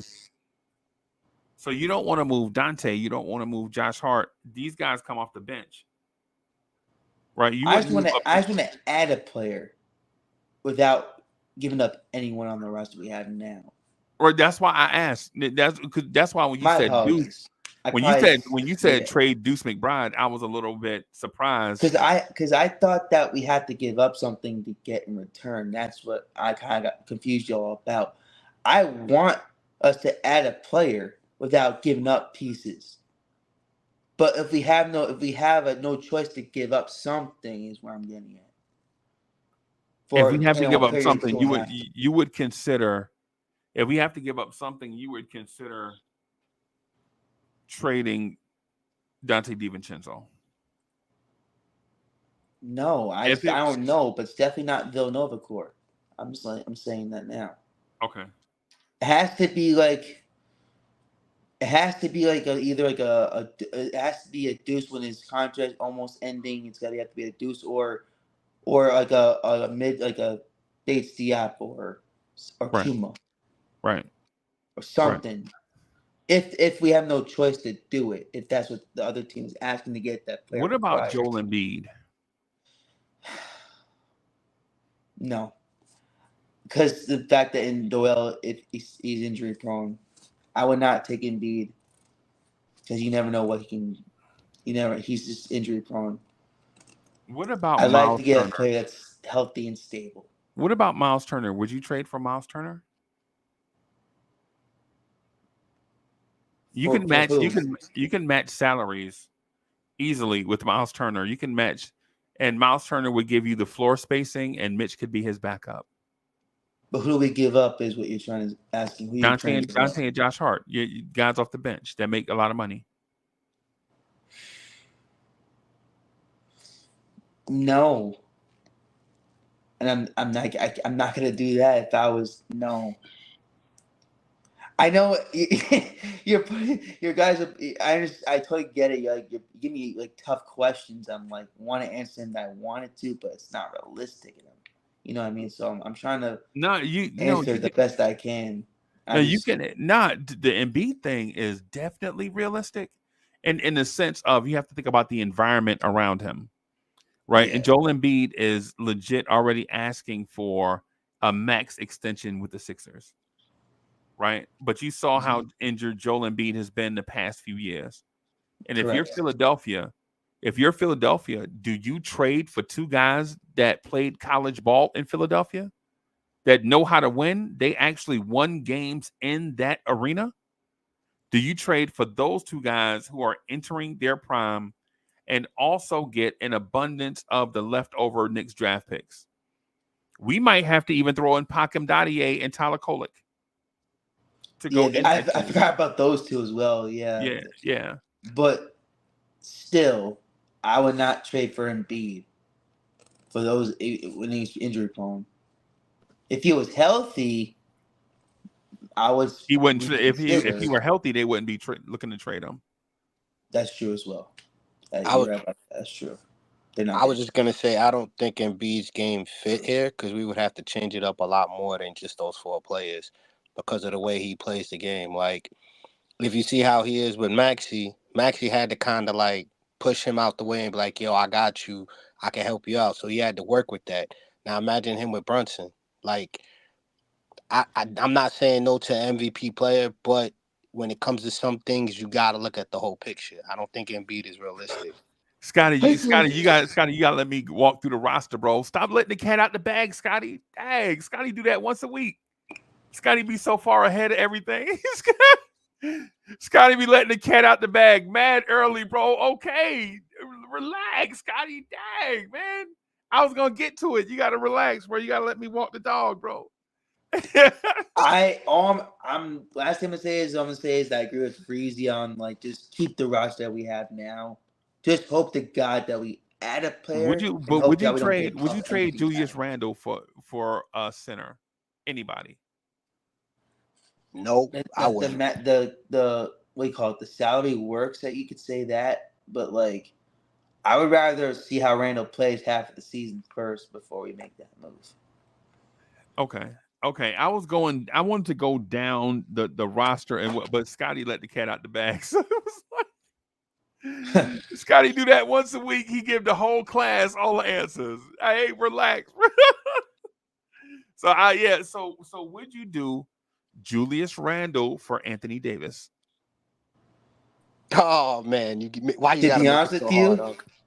yeah, I would. I certainly would. That's it. You got me thinking now. I don't want to say yes, but that's a close one. That's probably It's the very closest out of all of them. it's an intriguing scenario, tempting yes for me because AD like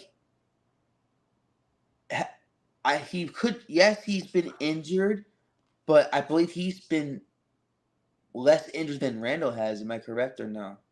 I don't think so. No. I don't think so. Yeah, just this 1 year, but other years it's not even close. But I think AD has all the skill sets. A 3-point shooter, rebounder, block shot. He's a 7-foot guy. I was gonna say, to be honest, I think that would actually be a close. Like I'd have to like close my eyes and say okay to it because I don't want to see Randall go. But the reason why I like it would be because he's gonna give you defense. He's gonna give you 20 and 10, and the way he plays his style of basketball, it'll spread the floor a lot better because he can pass and he could also go back up with it and be more aggressive with the ball. So And I don't shoot see it threes happening. too. But So Randall doesn't do that? no, I know. That's what I said. It's kind of like you look at it. It's the center position as opposed to the power forward position, and we're in need of it at this. We need a dominant center. So for me, I would say no, but to me, it'll be a hard it'd be like I'll be stuttering like how I am now because AD would be giving us that at the power forward. I mean, at the center position, and we could easily find someone to do the power forward and Precious or OG. It's hard to hilarious pass how that up, works right? in that it's hilarious how that works in that sense that Dante DiVincenzo and Josh Hart's combined salary is more than what Julius Randle makes. But we won't trade Josh Hart and Dante DiVincenzo, but we trade Julius Randle. And neither Dante nor Josh Hart is an all-star. And this year, neither of them will probably be NBA starters. But we would keep them but trade the one guy on the roster that has multiple All-Stars and multiple All-NBA accolades. Wait, you didn't say Actually, can I say something? trade those Can two I for say AD something real though. quick about that? And let me know if it's not realistic for y'all. Let's say that we get a trade for Anthony Davis, for Josh Hart, and Dante. Deuce for first round picks. And we keep Brunson, McCall, OG, Randall, and Davis as starting five. What do you think of that? I don't think it's realistic, but I want to hear what y'all takes on that offer, if that was the case. I'm not honestly, I'm not doing any trade. I think Randall should retire a Knick. I think if Randall makes the All-Star team this year, you have to start discussing Julius Randle in the Hall of Fame conversation. I'm not saying he's Agreed. a bona fide. I'm not saying he's bona fide, right? I'm not saying he's a bona fide Hall of Famer. I'm just saying he's on the Hall of Fame radar if he makes the All-Star team one more time, right? If he makes All NBA one more time, right? And so here's the thing. I think there is a fan bias. I think, and in general, I think we attach the good vibes of winning to the Nova Boys, right? But we don't attach the good vibes of winning to Julius Randle and Mitchell Robinson, and that's probably a fan bias. And whatever your biases are, I don't care. We all think differently about different stuff, right? You know what I'm saying? So my thing is this: if we're thinking unbiased and thinking about improving the roster because championship is the major goal, then shouldn't anybody on the roster be available for trade? If you have to trade somebody, I'm in the other camp. I don't even want to make a move. I'm fine with what we got. I don't want to move a muscle, hustle or tussle. Get on the microphone and do the hustle. That's me. I don't want to move anybody. I don't want to move Deuce. I don't want to move Mitch. I don't want to move Randall. I don't want to move Kolick, Huck Porty. None of them guys. Only thing I want to do is start the season and show everybody what we got. But if you're concerned about a roster situation, say you're concerned about 3-point shooting in the starting lineup, or if you're concerned about the backup big, right? Then you would consider making a move. Jake, would you consider making the move if you're doing an unbiased championship first type scenario? Yes. Okay. Unbiased, yes. Okay. Okay. Yes, I would. Yeah. For AD, that's 4 players we're giving up or for a center that could just get boards and defense. Yeah. It don't have to be an AD. Right. Just as long as you have a backup, starting big and a backup big. That's the main one piece we're missing. That's all I really. It's all. Would you do OG? Would you do OG Anunoby for Bam Adebayo? No. No. Never. No. I don't care. No. So is that a basketball take or a personal opinion take, like a basketball take? Okay. So you think OG Anunoby is a better player than Bam Adebayo? Yes, 100%. Okay. Defensively and 3-point shooting wise, yes. Okay. I say no because I just like what OG came in and already showed us what he could do. So for me, I'm just gonna say no. And I don't want anybody to get traded, but AD, I don't. That's one of those. Hey, I draw the line, and I'm at that line because he could start for you. You could have Mitch coming off the bench. You could have a lot of good players, but you lose out on the talent, which means you have to win within this year or next year. So the only way you pull that trigger is if you're guaranteeing a championship within the next 2 years, and that is very hard to That's very hard to predict. So it's too much of a risk for me. But I'll think about it. And I wouldn't trade OG because, again, don't get me wrong, I love Bam what he does, but Bam's going to be most likely the 4. Or he's going to be playing what the precious role is to back up Mitchell Robinson. Relax, bro. Bam ain't playing the 4, and he not nobody backup. He'll always be a starting That's what I'm 5. saying. Bam Adebayo is an all-star center, and there is no way. He will always be a starting 5, regardless. Come on, Cowboy Bob. What are we talking about, bro? I'm just saying. I'm not saying he's not a starter. Does he play the 4? Does he play the 4 in Miami? No, he plays a 5. So why would he come to New York and be Julius Randle's backup? No, I saw in the chat it said Julius Randle for Bam. That's what I was saying. My fault. You're right. In that trade, I would because we were talking about OG Anunoby. We were not. That's not what we were talking about. I would keep OG for a long time.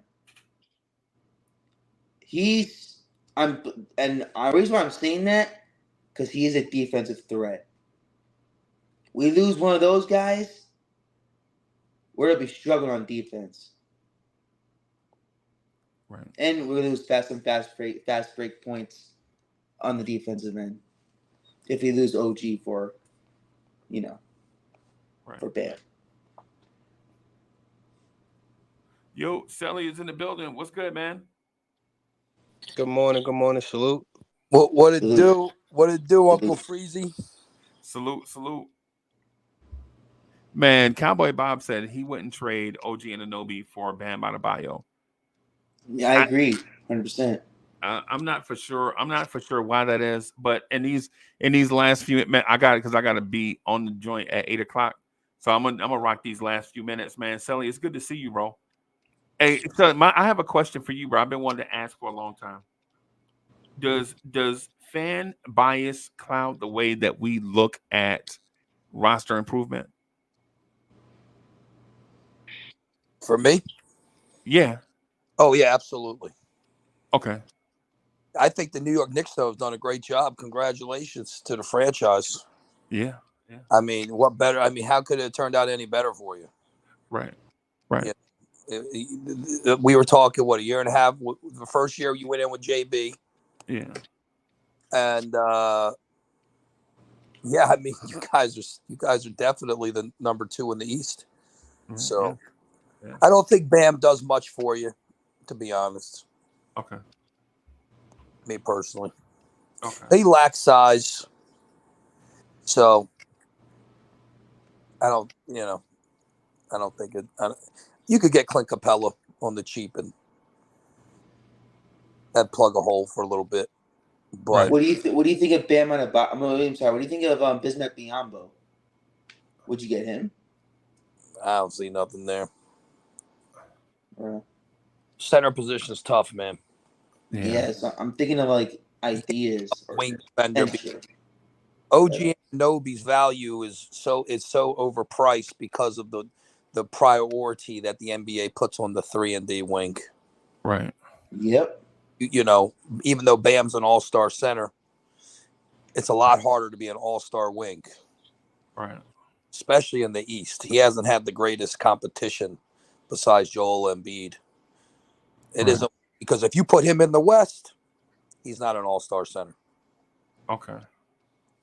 He's not better than Joel. I mean, Jokic. He's not better than AD. He's not better than Sabonis. That's a good question. Do you think Bam is better than Sabonis? Yes. Okay. I don't even think it's close. But the center, I think he left the center off that list. I think Victor Wembanyama is in that other center spot. I don't think Sabonis. There you go. Yeah, I don't think Sabonis is in that. What's kind of funny is I'm not even thinking of him yet as a center. Yeah. I'll take Wemby over Bam all day. Yeah. Oh yeah, of course. I think most would too. But if we're talking about, what a center can do for your rotation of players, I think Bam does more than Sabonis would do for in a total team concept. Because if it's just about inside scoring and maybe shooting the 3, rebounding at a high rate, okay, I'd take Sabonis. But if it's for other things too, like defensively and things of that sort, I think Bam can do some of that stuff offensively that Sabonis does, but defensively is where he separates. That's my opinion. Oh yeah, I, he's definitely a better defender. Yeah. I was just gonna say offensively, what Sabonis brings, he gave you, I think, last year 20 and 10 in like 70 something games, and he also touches the ball a lot. He also creates a lot for dribble. A lot of people say dribble handoffs, but he touches the ball and controls the offense a lot for the Kings. So for me, just him being like that, I'm not saying he's better than Bam, but we can use him in a better aspect. He can shoot, he can dribble, he can facilitate. Bam's only real good thing above him is his defense. But if you look at everything else as far as total game, I think Sabonis is a very underrated center. I'm sorry, I got to go with Sabonis on that, just because of what I've seen, how he plays with He, guard play, yeah, how that's well he plays with Fox, how well he plays with everybody that's on his team. Like, he's not looking to score; he does it out of necessity, and he also controls the Oh, wait, tempo. wait. So you said Sabonis doesn't look to score? He does it out of necessity? No, I'm saying he can do it when Fox is on the court. He's not looking to score immediately. He knows to give Fox the ball, let Fox run it that way. Like, if you look at Fox, the way he plays with Fox, you can use him like that on the Knicks. He could set you up. He could set up Brunson. He could hook him up. That's what I'm talking about as far as he's not going to be looking to score like that. I see Sabonis. I think he's very underrated. And a lot of people look past him because he's a simple 20 and 10. He's played over 70-something games healthy, and he touches the ball a lot more, and he's more involved in that offense than any other center, I think. But again, that's my opinion. What about DeAndre Ayton? true. That'd be a great No, fit. the defense is not even close. And DeAndre Ayton, for some reason, I think he gets in his own head to where he can't really get out Yep. of it. Like where you see Bam struggle, Bam can actually do other things to help out. Hey, how you doing, Just 011? Good evening. I mean, good Yo, morning. salute, salute. Salute, salute. Hey, what's up, Justo? How you doing, man? Good man, or just do the best Oh, I what's can up, out here. Justo? What's up, man? Hey, what's up, everybody? Um, Bob, I ain't gonna lie. Sabonis over Bam is, to me, is crazy. Not gonna lie to you. Crazy. See, that's crazy. I watched Sabonis But they're against the both all Warriors. star centers. So that was the reason I bought them up, was because they're both all star centers. That's true. Only thing was Sabonis. I watched him against like the Warriors. Like they literally, I think, were giving him like that like mid range shot, and he literally was just like, he was missing and then just getting scared of shooting. Like he just seen Draymond and just got scared of shooting. And I'm like, how? Like you're bigger than him. You're supposed to be able just to go at him and just like get your buckets, and he's scared. I'm like, nah, I'm good.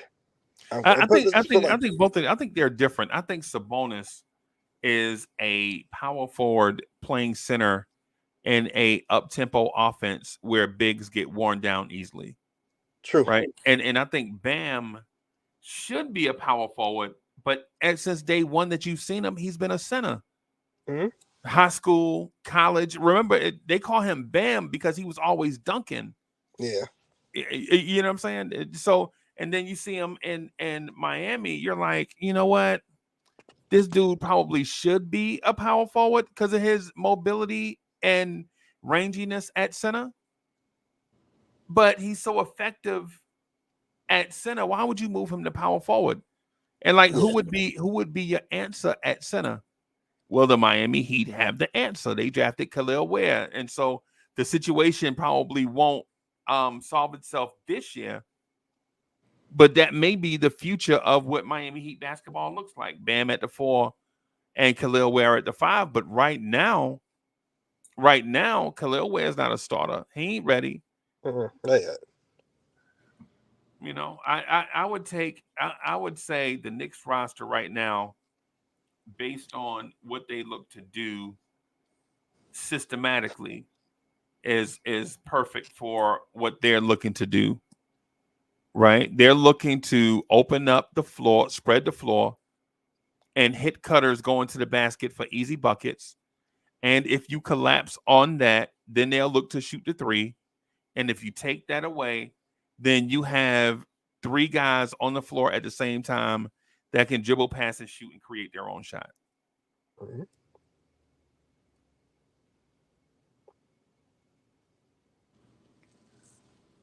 Agreed. I can understand that. Yeah, I think that's what makes the team like so dangerous this year is that like it's like for everything we have like a counterattack, and they're all like deadly. Like it's something you just can't ignore. Like before, we used to have to deal with like R.J. Barry and Quentin Grimes, and these guys who just still learning the game, aren't that efficient, and even in certain spots where like you should be like really getting into it, they weren't. So now we got all these established guys who've been here for like 5, 6, 7 years now, where they know how to attack a defense. They know how to go into the year shooting 40%. You don't have to worry about, dang, is he gonna go 3 for 12 today, or 8 for 9? Like you don't have to worry about Mikal Bridges doing that. You don't got to worry about an OG doing that. And the fact that now like now you have Mikal and OG, it kind of lessens the load on Mitch, because now Mitch doesn't have to worry about guys blowing past the past his teammates, and he has to cover for that. Now Mitch knows, hey, I'm here for luxury. I'm here now where a guy gets past Mikal, don't worry about it. I got it. So I Right. mean, So I this have team. breaking news a little bit about the poll. Not to change the subject, I'm going to stay on this topic just over. Breaking news about the poll. The new leader right now is culture, environment, and pride at 44%. Like that. Yeah, the previous Winning culture and struggling chemistry. defense. Yep. I like that. Yeah, the New York Knicks are definitely. I think you guys are going to have a great year. I'm with Freezy, bro. I don't move. I don't move anything until if I see something on All-Star break. Yeah. I don't Yeah. move anything. This stuff's. I mean, if you could trade Randall and pick up somebody, but Randall is probably the only guy I'm looking to move. I was just gonna say to the chat, since y'all guys are showing change and saying that, I'm impressed. Maybe I do have my fan glasses on. I got to salute to the chat for that. I would say I would. So as a, I've been a Knicks fan for a long time. I'm not going to go down that road of.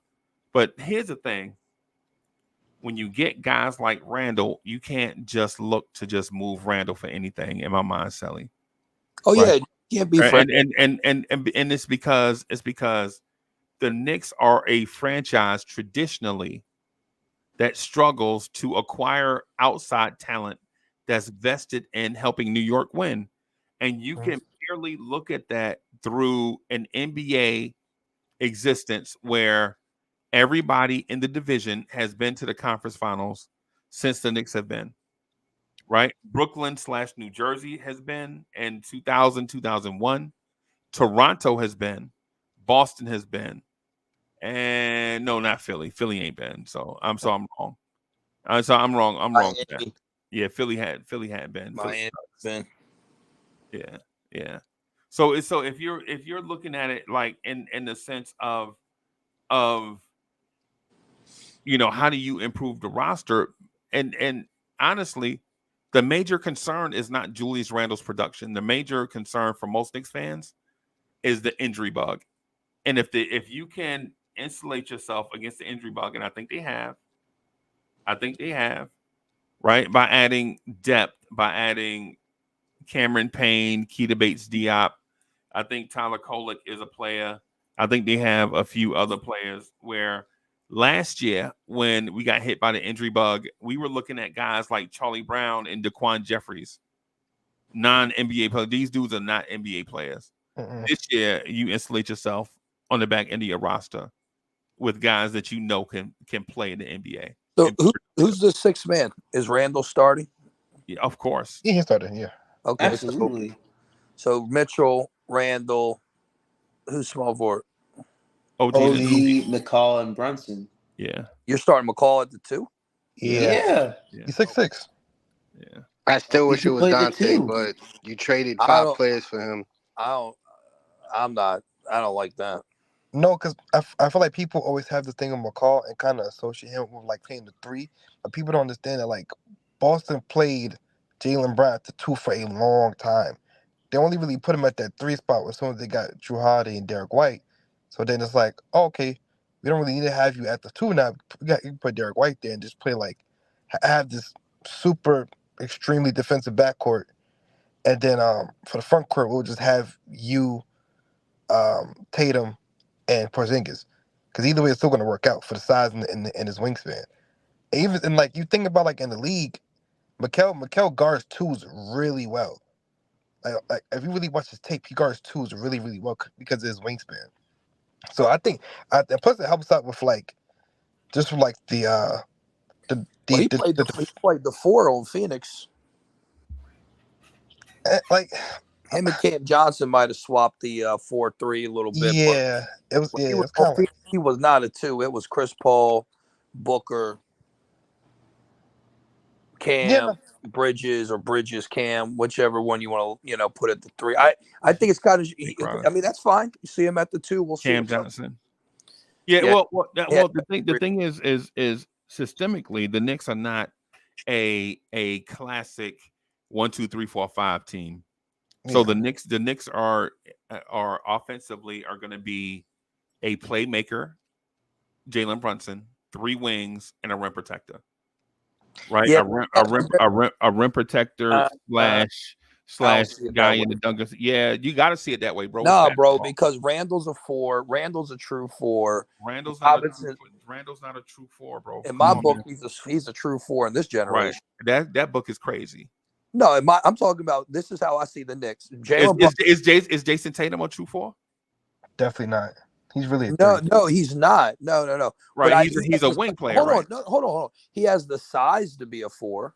Right. It's 6'10". So you could. I mean, is he? Is he a Tony Kukoc type of 4? Yeah. Yeah. But he's not Kevin Garnett 4. He's not Rasheed Wallace 4. But he's the same size as them. Right. So Julius Randle, Mitchell Robinson, Jalen Brunson, OG Anunoby is playing their respected spots, in my opinion. Right. Jalen Brunson's a 1, OG's a 3, Robinson's a 5. But even still with I feel like this NBA, the whole position thing is kind of up in the air, because even you see a team like OKC, like a lot of guys there aren't technically speaking would be playing in their correct spots, but how the game is played now, you don't really have to commit to it that much. Yeah, but they went out and got that 5. They went out and got that 5 so they could move Chet to the 4. That's the reason they went out and got Hartenstein. But even still with Hartenstein, he's not. I don't think he'll play 5 every time. There's gonna be certain situations where I'm like, hey, we want to need Chet to play the 5 when, truly speaking, he's too small in certain aspects of it. Chet Holmgren's not going to play. They're going to treat him the same way that he's getting the KP treatment. He's getting the Wemby treatment.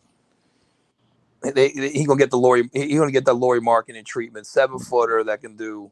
He's gonna get that Evan Mobley treatment. Right.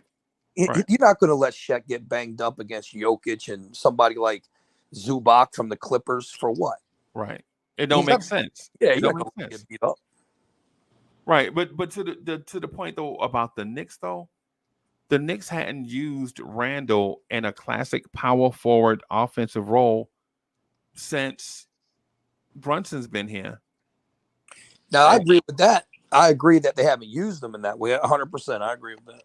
Yeah, and basically what happens is in the offense with, and I'm speaking to offense right now. Defensively, it depends on what team you play, right? But offensively, right, the Knicks generally like to have Brunson on one side of the floor, Randall adjacent, right, to the other side, so you can't have 2 guys or 1 guy legit splitting the difference between 2 offensive players.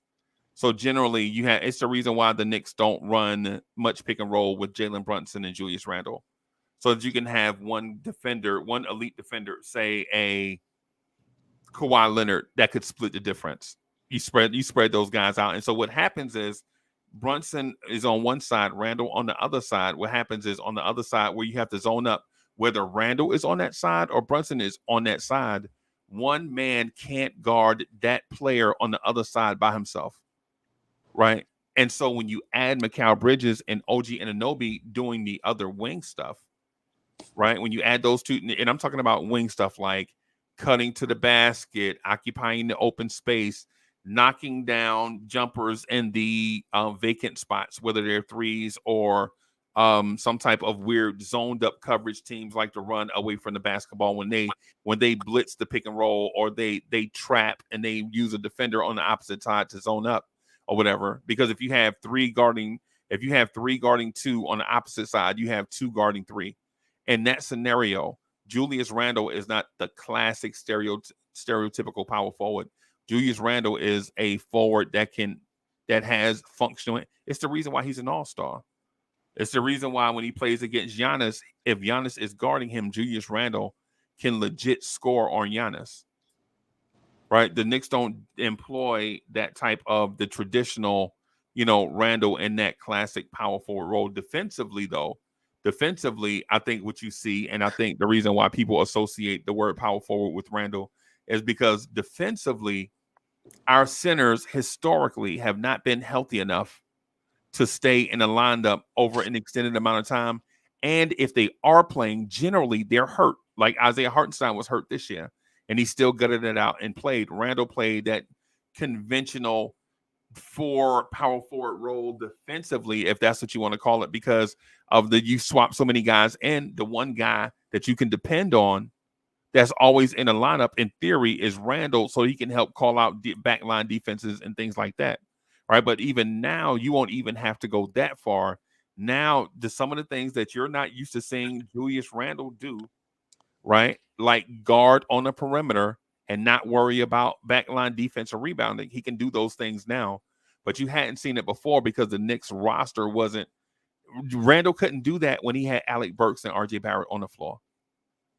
Right. So now that you have OG and Mikal Bridges, and all three can, in theory, switch on different offensive players. Randle is the least defensive of those three.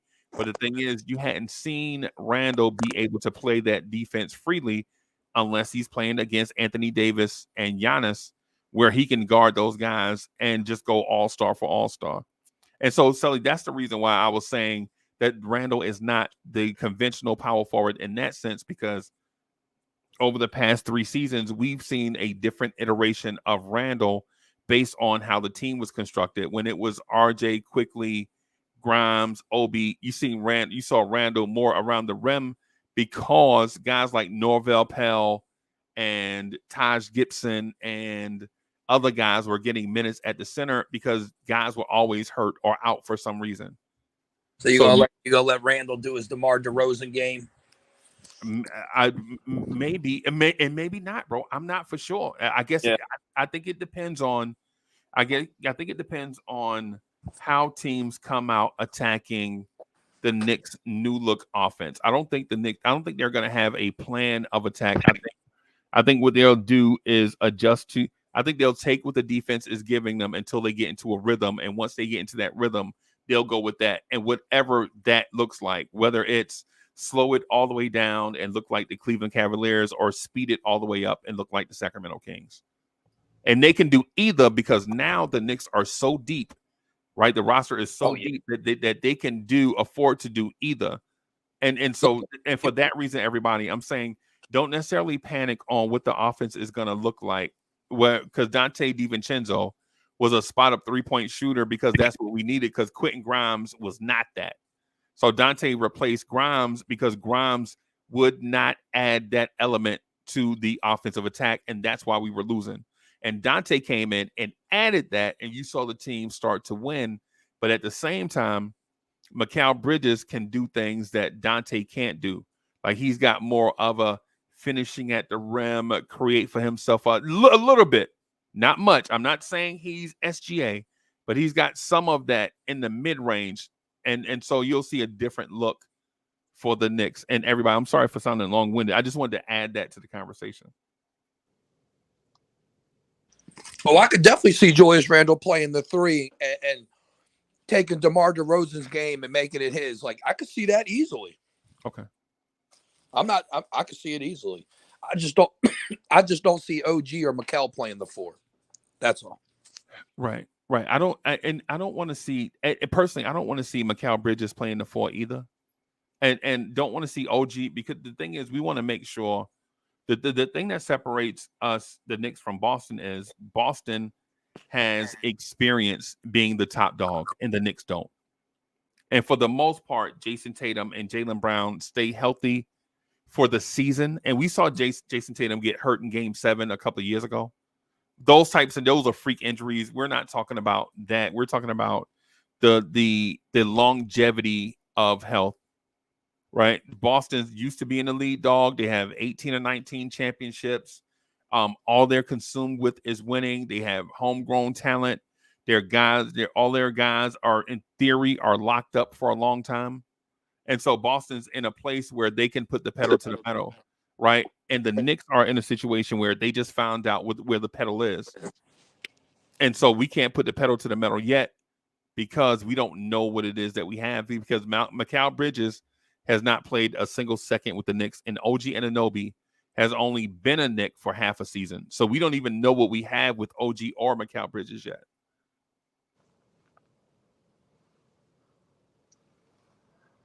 You guys are straight though, Freezy, because even if you needed a little time to breathe with Josh Hart and DiVincenzo there, you're going to be able to pull out games. Right.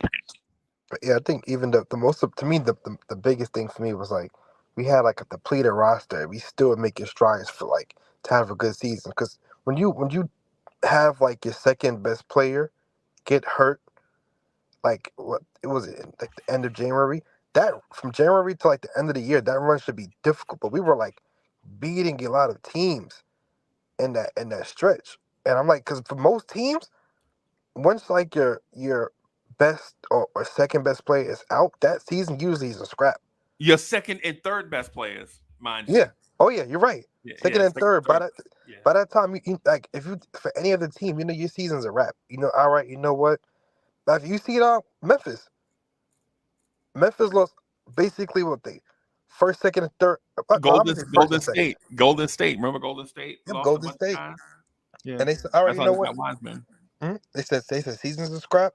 It is what it is. But we have such a great honestly too, people are talking about I feel like the great development.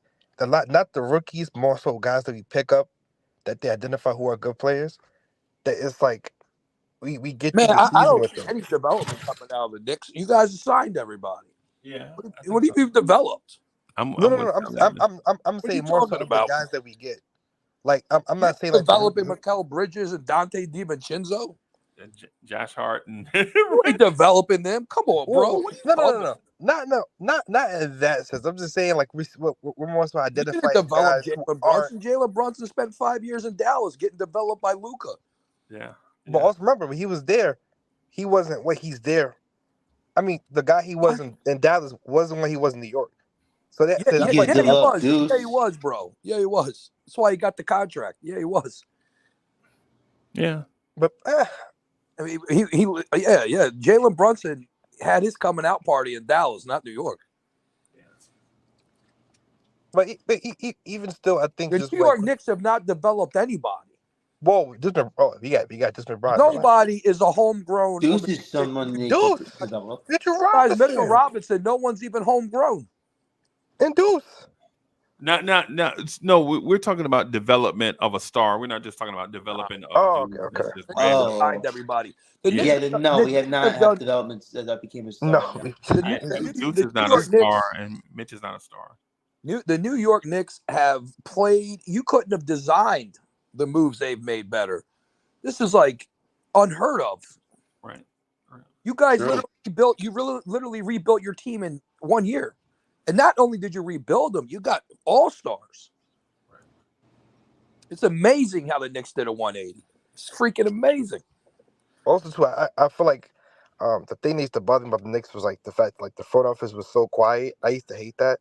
But then I feel like the more you kind of understand it, it was like they didn't want the media to kind of start controlling it, like how like the Lakers are. Because like every 30 minutes is, man, Lakers with Trae Young, Lakers with Donovan Mitchell. It's like when the media kind of gets that grasp and they always see y'all and always hearing these things, there's always a question about this, always a question about that. Once this front office came in, they said we have a plan. It's laid out. We're going to just execute it. There's no need to sit here and talk about this, that, and the third. They said this is what we have. You're going to get this done in this fashion. There's no need to get out and have a press conference for this, that, and it's no need for all that. And plus, and when you get a guy like Thibodeau, a coach like that, like even I hated seeing the polls where like, oh, players won't play for this coach. But you see the kind of coach he is and the kind of guys we have, he fits a winning style of coaching. Of like every night we want to play to win. Right. That's what I really appreciate about this team the most too. I love that. Right. So just really quick before I get out of here, I want to thank everybody for coming through. Sully, man, it's good to be with you, bro. Hadn't been with you in a while, man. I appreciate you coming through, man. Hey, so when are we gonna do some basketball, some NBA talk? Whenever you want to do it. The Mavericks are the New York Dallas Mavericks. We have the Quentin Grimes train now. Yeah, so, yeah. You know how it goes, but yeah. This NBA season is going to be one of the most. I can hit you up on Discord, right? Yeah. Go ahead. Oh, okay. This NBA season right here is going to be one of the most unpredictable ones in the Western Conference. But yeah, I still think the Boston is going to take the East. Right. Well, it's just hard with Drew Holiday up there, man. He showed how good he was in the NBA Finals. Right. Well, Giannis looks dumb. Giannis's career is going down the drain. Right. So, other than that, it was good catching up with you, man. Yeah, man. And just want to thank everybody else too. City Pharrell, Coach, Jake coming through, Red Light Special, Cowboy Bob in the building, Justo. Man, subscribe and like the video, guys. Yeah, man. I gotta get out of here because I gotta hit the clock at 8. And so I went a little bit longer than I anticipated. But the conversation was great. Cowboy Bob, Jake, Justo, everybody. Good talking to you, Freeze. You had to come up on here to catch up. So good to hear from you guys. No doubt. To the chat. No doubt. Salute to you guys. Hey, peace, Thanks everybody. for having me. Peace. Have a good night.